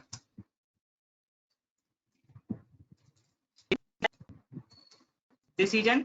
यहाँ पे क्यों अप्लाई करवा, आप इसके अंदर देख पाओगे, विजुअल कर पाओगे कि आपका हाँ कैसे डेटा आपका डिफरेंशिएट होता है। अब बहुत बड़ा करा दूंगा तो उसका डिसीजन ट्री काफी बड़ा हो जाएगा, तो उसमें देखने में काफी इश्यू होंगे। अब देखो इसमें पैरामीटर कौन से होते हैं, एक होता है गिनी।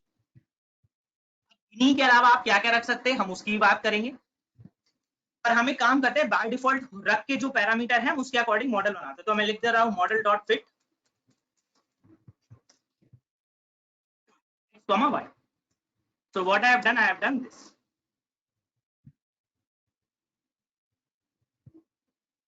ये मेरा मॉडल रन हो गया।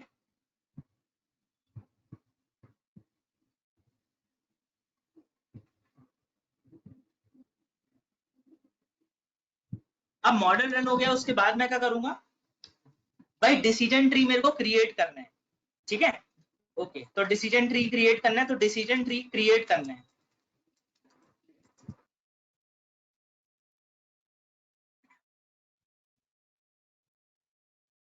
डिसीजन ट्री क्रिएट होता कैसे होगा, तो उसके लिए आपको एक लाइब्रेरी चाहिए sklearn से, तो आप डायरेक्टली लिख लीजिए यही वाली लाइब्रेरी फ्रॉम sklearn इंपोर्ट तक कॉपी कर लीजिए और यहाँ पे कर देते हैं पेस्ट। ठीक है, और यहाँ पर क्या कर देते हैं, हमें इंपोर्ट करते हैं export underscore graph base.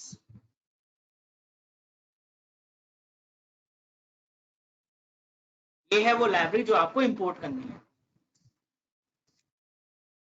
Import कर ली, ओके। अब just a second, I have a sample data here also।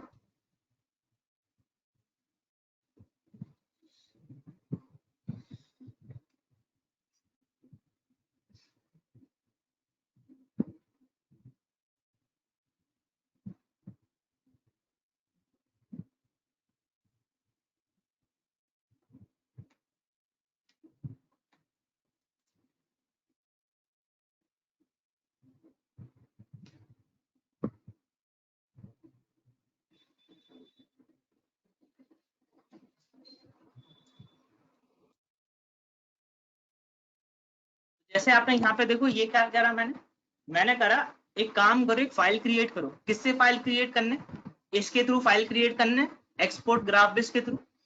File कौन सी बनाएंगे, मॉडल की फाइल बनाना। और आउट फाइल मतलब आपकी एक टेक्स्ट फाइल क्रिएट करो, और टेक्स्ट फाइल कहाँ क्रिएट करो, जहां आपको फाइल डायरेक्टरी देने हो। तो मैंने यहाँ पे क्या करा, मैंने बनाया डिसीजन, आप इसका नाम कुछ भी रख सकते हैं, डिसीजन ट्री की टेक्स्ट फाइल होगी, और इस कोड को क्या कर दिया, रन कर दिया। ये फाइल रन हो गई, इसका मतलब है फाइल क्रिएट हो चुकी है। फाइल क्रिएट कहाँ हुई होगी, डेस्कटॉप पर हुई होगी। तो देखिए एक टेक्स्ट फाइल क्रिएट हुई, just a second.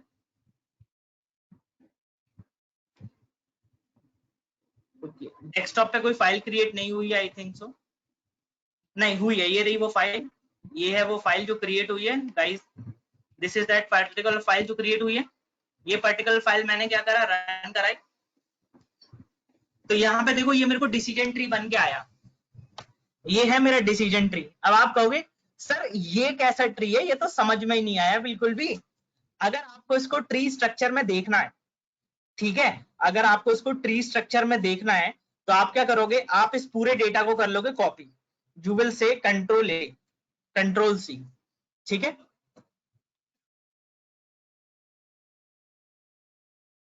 Okay now अब आप इसको करोगे क्लोज और यहां पर आओगे, ठीक है। आपको इंटरनेट एक्सप्लोरर में ओपन करना है, और इंटरनेट एक्सप्लोरर में ओपन करने के बाद आपको सर्च करना है ग्राफ बेस। आपको क्या सर्च करना है, ग्राफ बेस।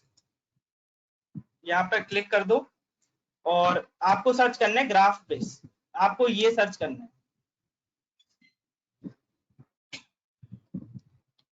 ये है वो साइट जिसको आपको सर्च करना है, और आपको कौन सी लिंक पर जाना है, आपको जाना है इस वाली लिंक पे, जस्ट अ सेकेंड।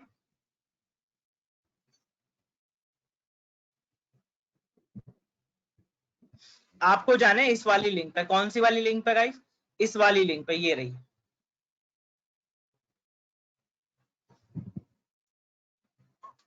आपको इस वाली लिंक पर जाना है। इस वाली लिंक पर जब आप जाएंगे तो क्या होगा, जस्ट अ सेकेंड, इस वाली पे आपने क्लिक कर दिया, ये क्लिक हो गया, तो आपके पास कुछ ऐसा पेज ओपन होके आएगा। मैं इसको जूम इन कर लेता हूं। ये आपका कुछ ऐसा पेज ओपन होके आया। देखो यहाँ पर ये जो डेटा है ना, जो लिखा डेटा है इसके अंदर, आप इसको क्या करोगे, कंट्रोल लेकर के डिलीट कर दोगे, और जो आपका टेक्स्ट डेटा जो आपकी फाइल में आया था उसको यहाँ पर क्या कर दोगे, पेस्ट कर दोगे।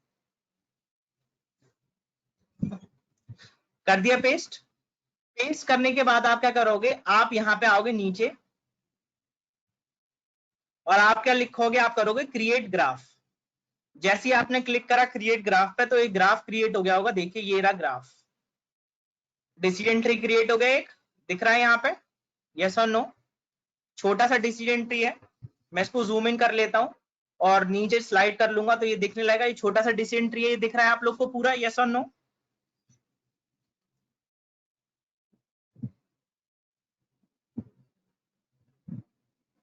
ओके अब इस डिसीजन ट्री में समझते कैसे हैं, क्या होता है क्या नहीं होता है, वो देखिए।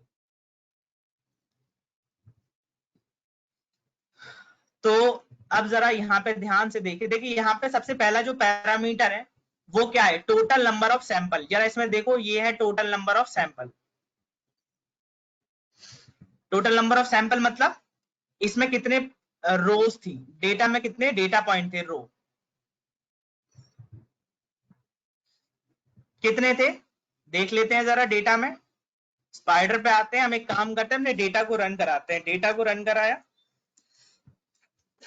डेटा को रन कराया हमने। डेटा में हमें देखो कितनी मिल रही है, 5 मिल रही है कि नहीं मिल रही है, 5 रोज। और उसमें देखो जरा, जो हाइट वाला है वो कौन सा है, 0 वाला कॉलम। वेट वाला है कौन सा है, 1 वाला कॉलम। यस और नो, ये भी क्लियर है। डॉग कितने हैं, 3 डॉग हैं। और कैट कितनी है, 2 कैट हैं। 2 कैट हैं, 3 डॉग हैं।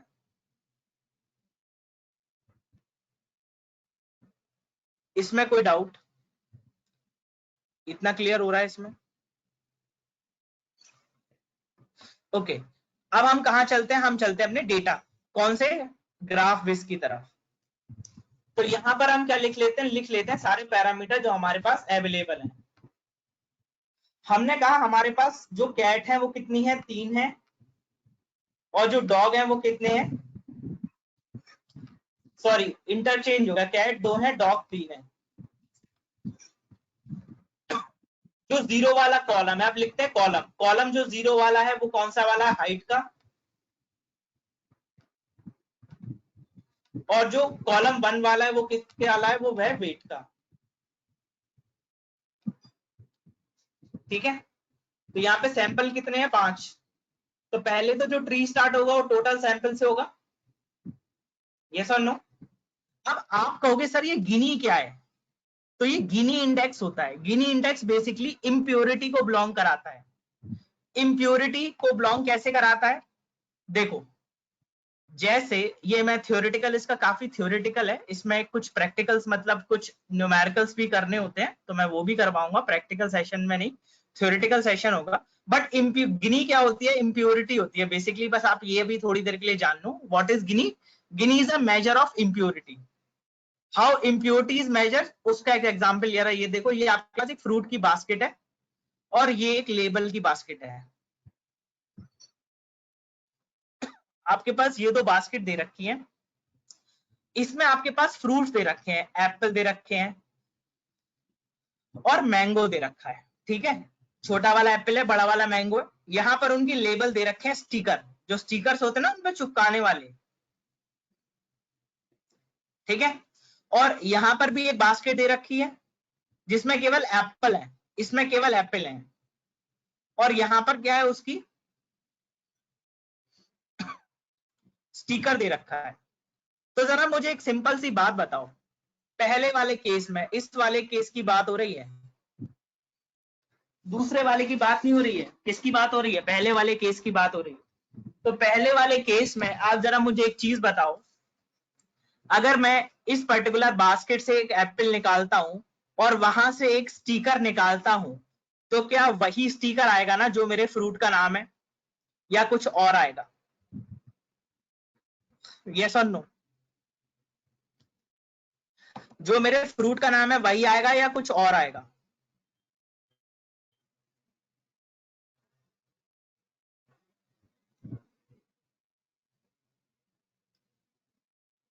Any guys, any comment.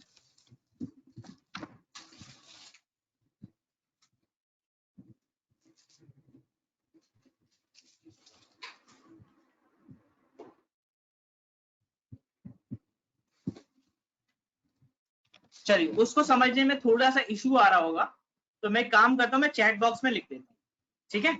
आप लोग चैट बॉक्स में पढ़ लीजिएगा उस क्वेश्चन को, फिर उसका आंसर अपने अकॉर्डिंग दीजिएगा।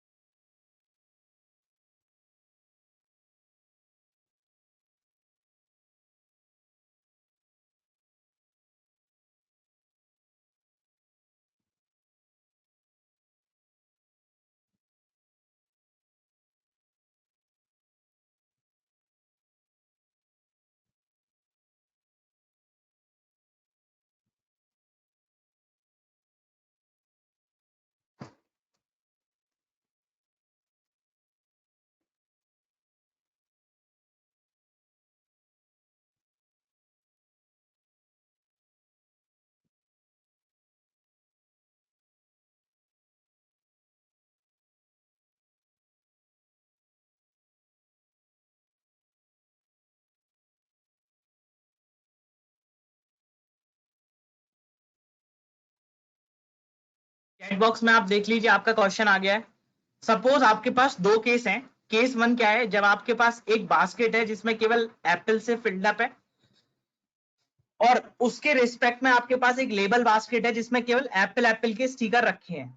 तो जरा मुझे एक बात बताओ, जब आप उसमें से एक एप्पल निकालोगे और जब उस बास्केट वाली में से, कौन सी बास्केट, लेबल वाली में से एक लेबल निकालोगे, तो आपके पास क्या प्रोबेबिलिटी है कि वो लेबल एप्पल का ही होगा? 1 प्रोबेबिलिटी है या 0.5 है या 0 है? Just comment your answer in the chat window. 0.5 wrong. Second case में आप बोल सकती थी 0.5, पर फर्स्ट केस में नहीं बोल सकते हैं। 1 बहुत सही। प्रोबेबिलिटी क्या होगी? 100% प्रोबेबिलिटी होगी, मतलब एरर तो कुछ होगा नहीं। एरर कुछ नहीं होगा, इसका मतलब है इंप्यूरिटी है ही नहीं है। इसका मतलब क्या है? इंप्यूरिटी तो है ही नहीं है। ये पॉइंट क्लियर हुआ?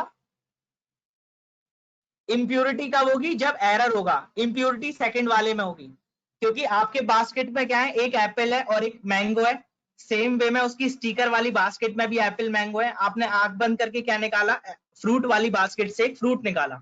और आंख बंद करके एक लेबल वाली बास्केट से एक लेबल निकाला, तो यार ऐसा भाई कभी चांस हो सकता है कि वो एप्पल का ही लेबल निकले, पर ऐसा भी हो सकता है कभी एप्पल पे मैंगो का लेबल आ जाए। इसका मतलब वहां पे 50% प्रोबेबिलिटी है, और 50% प्रोबेबिलिटी होने का मतलब क्या है, ये इसमें इम्प्यूरिटी कितनी है, 50% है, और मतलब इसमें गिनी कितना है, 50% है। तो बेसिकली गिनी क्या होता है, मेजर ऑफ इम्प्यूरिटी। अभी मैंने गिनी थोड़ा समझाया, मैं इसकी जब वर्किंग बताऊंगा तो आपको समझ में आ जाएगा कि गिनी किस तरह से काम करता होगा। बट अभी हमें गिनी से मतलब नहीं, अभी हम देख रहे हैं डिसीजन ट्री में हम डिसीजन कैसे लेते हैं। तो जरा ये देखिए डिसीजन हमने कैसे लिए। तो जैसे मैं यहां पर आया, मैंने कहा कि सबसे पहले मैं किससे स्टार्ट करने वाला हूं, मैं हाइट से स्टार्ट करने वाला हूं।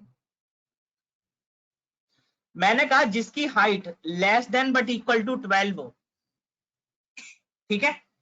मतलब भाई आप जानते हैं बिल्लियों की हाइट कम होती है एज कंपेयर टू डॉग्स, पर कुछ डॉग होते हैं वो बिल्लियों में भी आते हैं कि नहीं आते हैं। तो अगर आपकी अगर हाइट, किसी भी जानवर की अगर हाइट किससे कम होती है, 12 से कम होती है, तो वो ट्रू कंडीशन में आया। अब जरा यहां पर देखो, ये जो वैल्यू दे रखी है ये किसकी वैल्यू है, ये कैट की वैल्यू है, और ये किसकी वैल्यू है, ये डॉग की वैल्यू है। तो यहां पे देखो जब उसकी हाइट ग्रेटर देन 12 है और उसका वेट 8.5 केजी से कम है, तो वो क्या हुआ, उसने दोनों कैट को सही क्लासिफाई कर दिया, पर एक डॉग को उसने क्या क्लासिफाई कर दिया, 1। और फॉल्स कंडीशन क्या हुई कि भाई अगर वेट क्या हाइट ग्रेटर देन 12 हो जाए तो वो डायरेक्टली क्या कर दे, वो डॉग को बना दे। अब इसमें से एक डॉग था, यहाँ पे दो डॉग मिल गए, तीन में से यहाँ पर कितने डॉग बचे गाइस, दो कैट थी और एक डॉग यहाँ पर है। अब उस एक डॉग को क्लासीफाई करना है, तो आपने कहा एक काम करते हैं, उसकी जो वैल्यू है उसमें देखते हैं ये वाली, कि अगर उसका वेट 8.5 से कम है, नहीं, तो आपने कहा कि भाई 8.5 से कम वेट और हाइट लेस देन 12। तो जो रूल निकल के आया, यहां से रूल क्या निकल के आया गाइस, यहां से जो रूल निकल के आया वो ये है, अगर उसका हाइट है, अगर किसी भी एनिमल की मैं बात करता हूँ रूल की, यहां से रूल जनरेट क्या हुआ, अगर एनिमल की जो हाइट है वो लेस देन इक्वल टू 12.0 हो, एंड जो उसका वेट है वो लेस देन 8.5 हो अकॉर्डिंग टू द डेटा, तो वो किसको बिलोंग करेगा, वो कैट को बिलोंग करेगा। अगर किसी भी एनिमल की हाइट ग्रेटर देन 12 हो, just a second, and weight greater than 8.5 हो, तो किसको बिलोंग करेगा, डॉग को बिलोंग करेगा। तो यहां से हमारे दो रूल निकल के आए। इतनी छोटी केस स्टडी से हमने क्या निकाले गाइस, डिसीजन ट्री देख के दो रूल जनरेट करे। तो ये जो रूल मैंने कमेंट बॉक्स में लिखे हैं, ये डिसीजन ट्री देख के आप कंपेयर कर पा रहे हो या नहीं। If no, you can write no in the chat box, I will explain again. If yes, then I will move forward.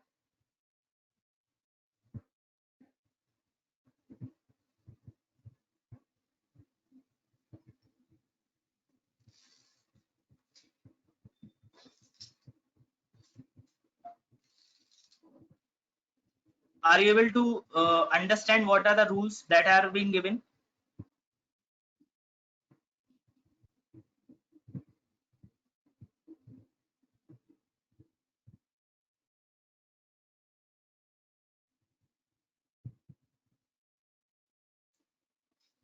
Okay,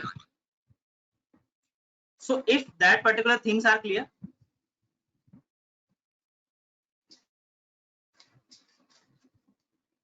तो अब आप किसी चीज से भी रूल बना सकते हैं। अब देखो ये हमारा रूल है, हमने जो रूल लिया, ओके। अब इस रूल को एक काम करते हैं, सेटिस्फाई करते हैं अपॉन द डेटा, ठीक है। अब डेटा पे जो हमने रूल निकाले थे, अब उन रूल्स को क्या करेंगे, सेटिस्फाई कराएंगे। तो सेटिस्फाई कैसे कराएंगे, अब आप जानते हैं सेटिस्फाई कराने के लिए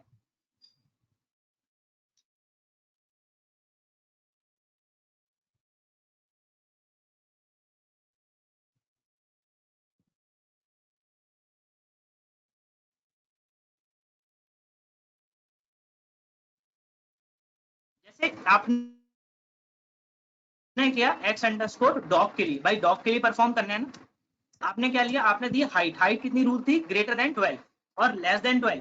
चलते हैं अपने इस पे डिसीजन पे, भाई लेस देन 12 नहीं, ग्रेटर देन 12, तो आपने लिख दिया इसको 13, कॉमा यहाँ पर आपने क्या लिख दिया 9। ओके, कैट के लिए करते हैं 11 7.5, ये दोनों बन गए। अब y अंडरस्कोर डॉग और y underscore cat, model dot edit x underscore dog comma, same way में क्या करा, इधर आए, इसको कर लिया कॉपी, नीचे आके इसको कर दिया पेस्ट और इसको क्या कर दिया कैट, और यहाँ पे दोनों को प्रिंट कर दिया।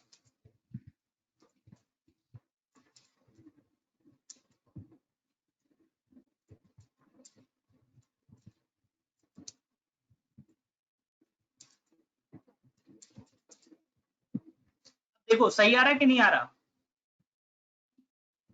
या रूल गलत हो गया हमारे, एक रूल गलत हो गया ना, बट रूल गलत नहीं हुआ गाइस, रूल हमारा गलत नहीं हुआ है, मॉडल गलत हुआ है पकड़ने में। क्योंकि अगर मैं बात करूं मॉडल के स्कोर की, जरा देखो मॉडल के स्कोर की, अगर मैं बात करूं model dot score, score basically accuracy को बिलोंग करता है x, y, तो मॉडल की एक्यूरेसी स्कोर कितना आ रहा, 100% आ रहा, बट डेटा काफी कम है ना, डेटा काफी क्या है गाइस, कम है, इसलिए क्या है ये आप पकड़ नहीं पा रहा उसके अंदर के features, it is not able to capture the feature accurately. क्या कर रहा है गाइस, मॉडल के जो फीचर है ना वो पकड़ नहीं पा रहा, ओवर फिटिंग कर दिया इसने। यहां पर क्या कंडीशन हो गई गाइस, मॉडल आपका ओवर फिट हो गया। ओवर फिट मतलब आपका मॉडल बायसनेस हो गया डॉग की तरफ, भाई डॉग की प्रोबेबिलिटी ज्यादा है तो उसने क्या करा, ओवर फिट कर दिया हर एक चीज को अच्छी तरीके से समझने के लिए, इसलिए जो को जिसको कैट करना था उसने इसको क्या कर दिया, डॉग कर दिया। अच्छा मैं इसको 5.5 कर देता और इसको कर देता 7, तब मेरा आंसर क्या आता देखो जरा, जब मेरा फाइनल आंसर क्या आया 1 डॉग की तरफ बायस हो गया कि नहीं हो गया, yes or no, the model has been biased towards dog or not, दोनों केस में 1 ही दे रहा है, 0 तो दे ही नहीं रहा, जबकि कैट क्या होता है 0 होता। तो एक काम करते हैं हम, कैट के लिए जो इनपुट लिए थे उसी में से देखें कोई, ओके तो कैट के लिए क्या डेटा था मेरे पास, तो मैं इसको एक काम करता हूँ, मैं इसको रन कर लेता हूँ, इसको रन कर लेता हूँ तो मेरे को पता पड़ जाएगा मेरे पास कैट के लिए डेटा क्या था। तो मेरे पास जो कैट के लिए डेटा था 8 और 9 था, तो मैं काम करता हूँ मैं इसमें 8 और 9 दे के देखता हूँ,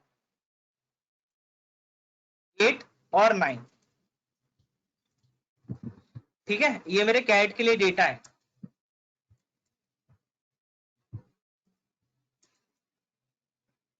अब देखो ये क्या कह रहा, अब सही दे रहा है कि नहीं दे रहा, मतलब जो रूल है वो भी ठीक है और जो वैल्यू जाएंगी वो भी ठीक है, बस हम वैल्यू क्या कर रहे थे, इंटरचेंज कर रहे थे, वेट को हाइट में दे रहे थे, हाइट को वेट में दे रहे थे, इसलिए क्या हो रहा था, आंसर एरर रहा। तो ये रूल जनरेट करने का तरीका समझ में आ गया गाइस।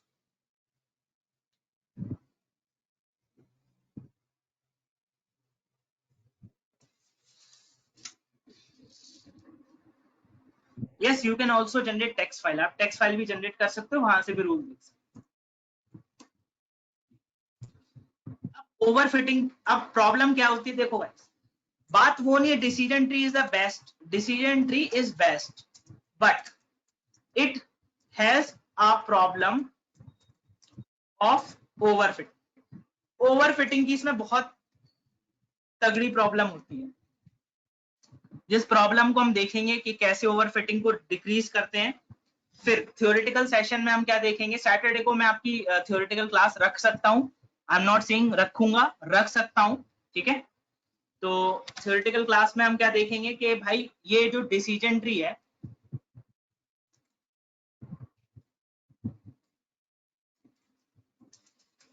डिसीजन ट्री है, उस डिसीजन ट्री में आपकी पेरेंट नोड कैसे सिलेक्ट करते हैं। अब आप कहोगे सर ये पेरेंट नोड क्या होती है, तो जरा अंडरस्टैंड करो। आपके पास एक डेटा है, उसमें 5 कॉलम्स हैं। ये सिंपल है, आपके पास जो डेटा था ये वाला ऊपर वाला, ये डॉग और कैट वाला ही ले लेता हूं। I am taking this particular data is dog and cat. तो अब जरा सिंपल सी एक बात समझो कि आपके पास केवल 2 वेरिएबल थे, एक हाइट था और एक वेट था। तो आपने क्या करा, आपके कंप्यूटर ने हाइट को ले लिया, बट लिया कैसे, क्या क्राइटेरिया है to select the parent node. फिर उसके बाद क्या क्राइटेरिया है, फिर आपने कहा स्प्लिट कहां से होगा, क्योंकि आपका जो डिसीजन ट्री है, जो आपका डिसीजन ट्री है वो स्प्लिट कहां से होगा, कौन सी कंडीशन क्या होंगी स्प्लिटिंग के लिए, भाई ये भी जानना है। तो इसके कुछ क्राइटेरिया हैं, इसके लिए क्या है क्राइटेरिया दे रखे हैं। और क्राइटेरिया में हमारे पास क्या है, गिनी इंडेक्स,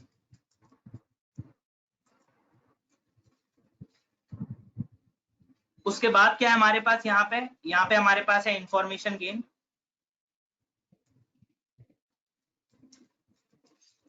उसके बाद हमारे पास है रिडक्शन इन वेरिएंस आरवी, उसके बाद है यहाँ पे हमारे पास entropy.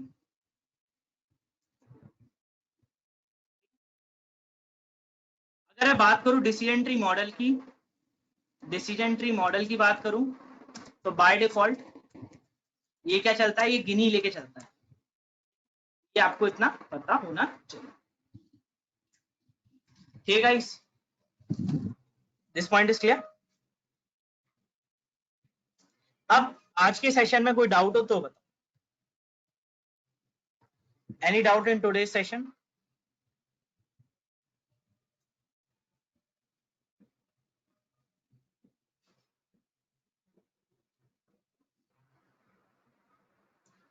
Any doubt, anything regarding, you can ask whatever your doubt it is, you can ask. Sir, Yeah.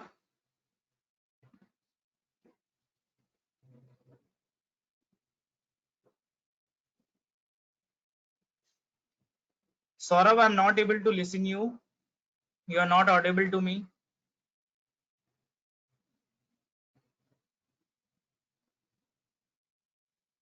If you have any doubt, just write in the chat box. If you found any difficulties.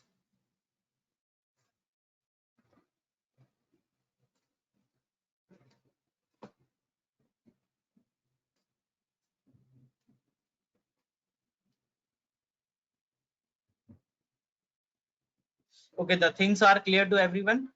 So for the day, हम इतना रखते हैं और we are on the schedule, हम बिल्कुल सही schedule पे चल रहे हैं। अब गाइज आपका जो सेशन बचा हुआ है वो कौन से टॉपिक्स बचे हैं, that is random forest, theoretical session of decision tree, random forest and ensemble technique. Then you have 2 types of clustering and 1 type of association rule. So your 6 topics are left और एक text classification का model. So 7 topics are left. उन 7 topics के बाद support vector क्या है। Okay, support vector machine में support vector क्या होता है, सपोर्ट वेक्टर वो एलिमेंट होते हैं या वो की होती है। जरा देखो, जस्ट सी दिस, जरा ये पर्टिकुलर डेटा देख लो आप जरा एक बार। जैसे मैंने कहा मुझे एक हाइपर प्लेन डालने हैं, ठीक है, ये आपकी कुछ क्लास है जिनको क्लासिफाई करना था।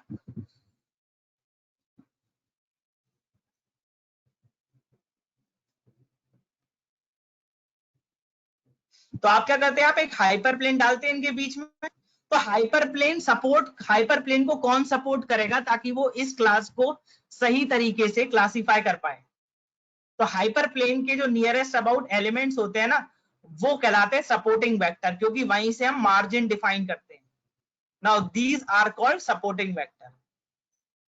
ये हमें मार्जिन डिफाइन करने में मदद करते हैं और इस हाइपर प्लेन को स्टेबल रखने में मदद करते हैं कि भाई इतने से इतने डिस्टेंस पे ही रहना। हमारा ऑब्जेक्टिव होता है इस मार्जिन को मैक्सिमाइज करना। So these are called supporting vector. Okay.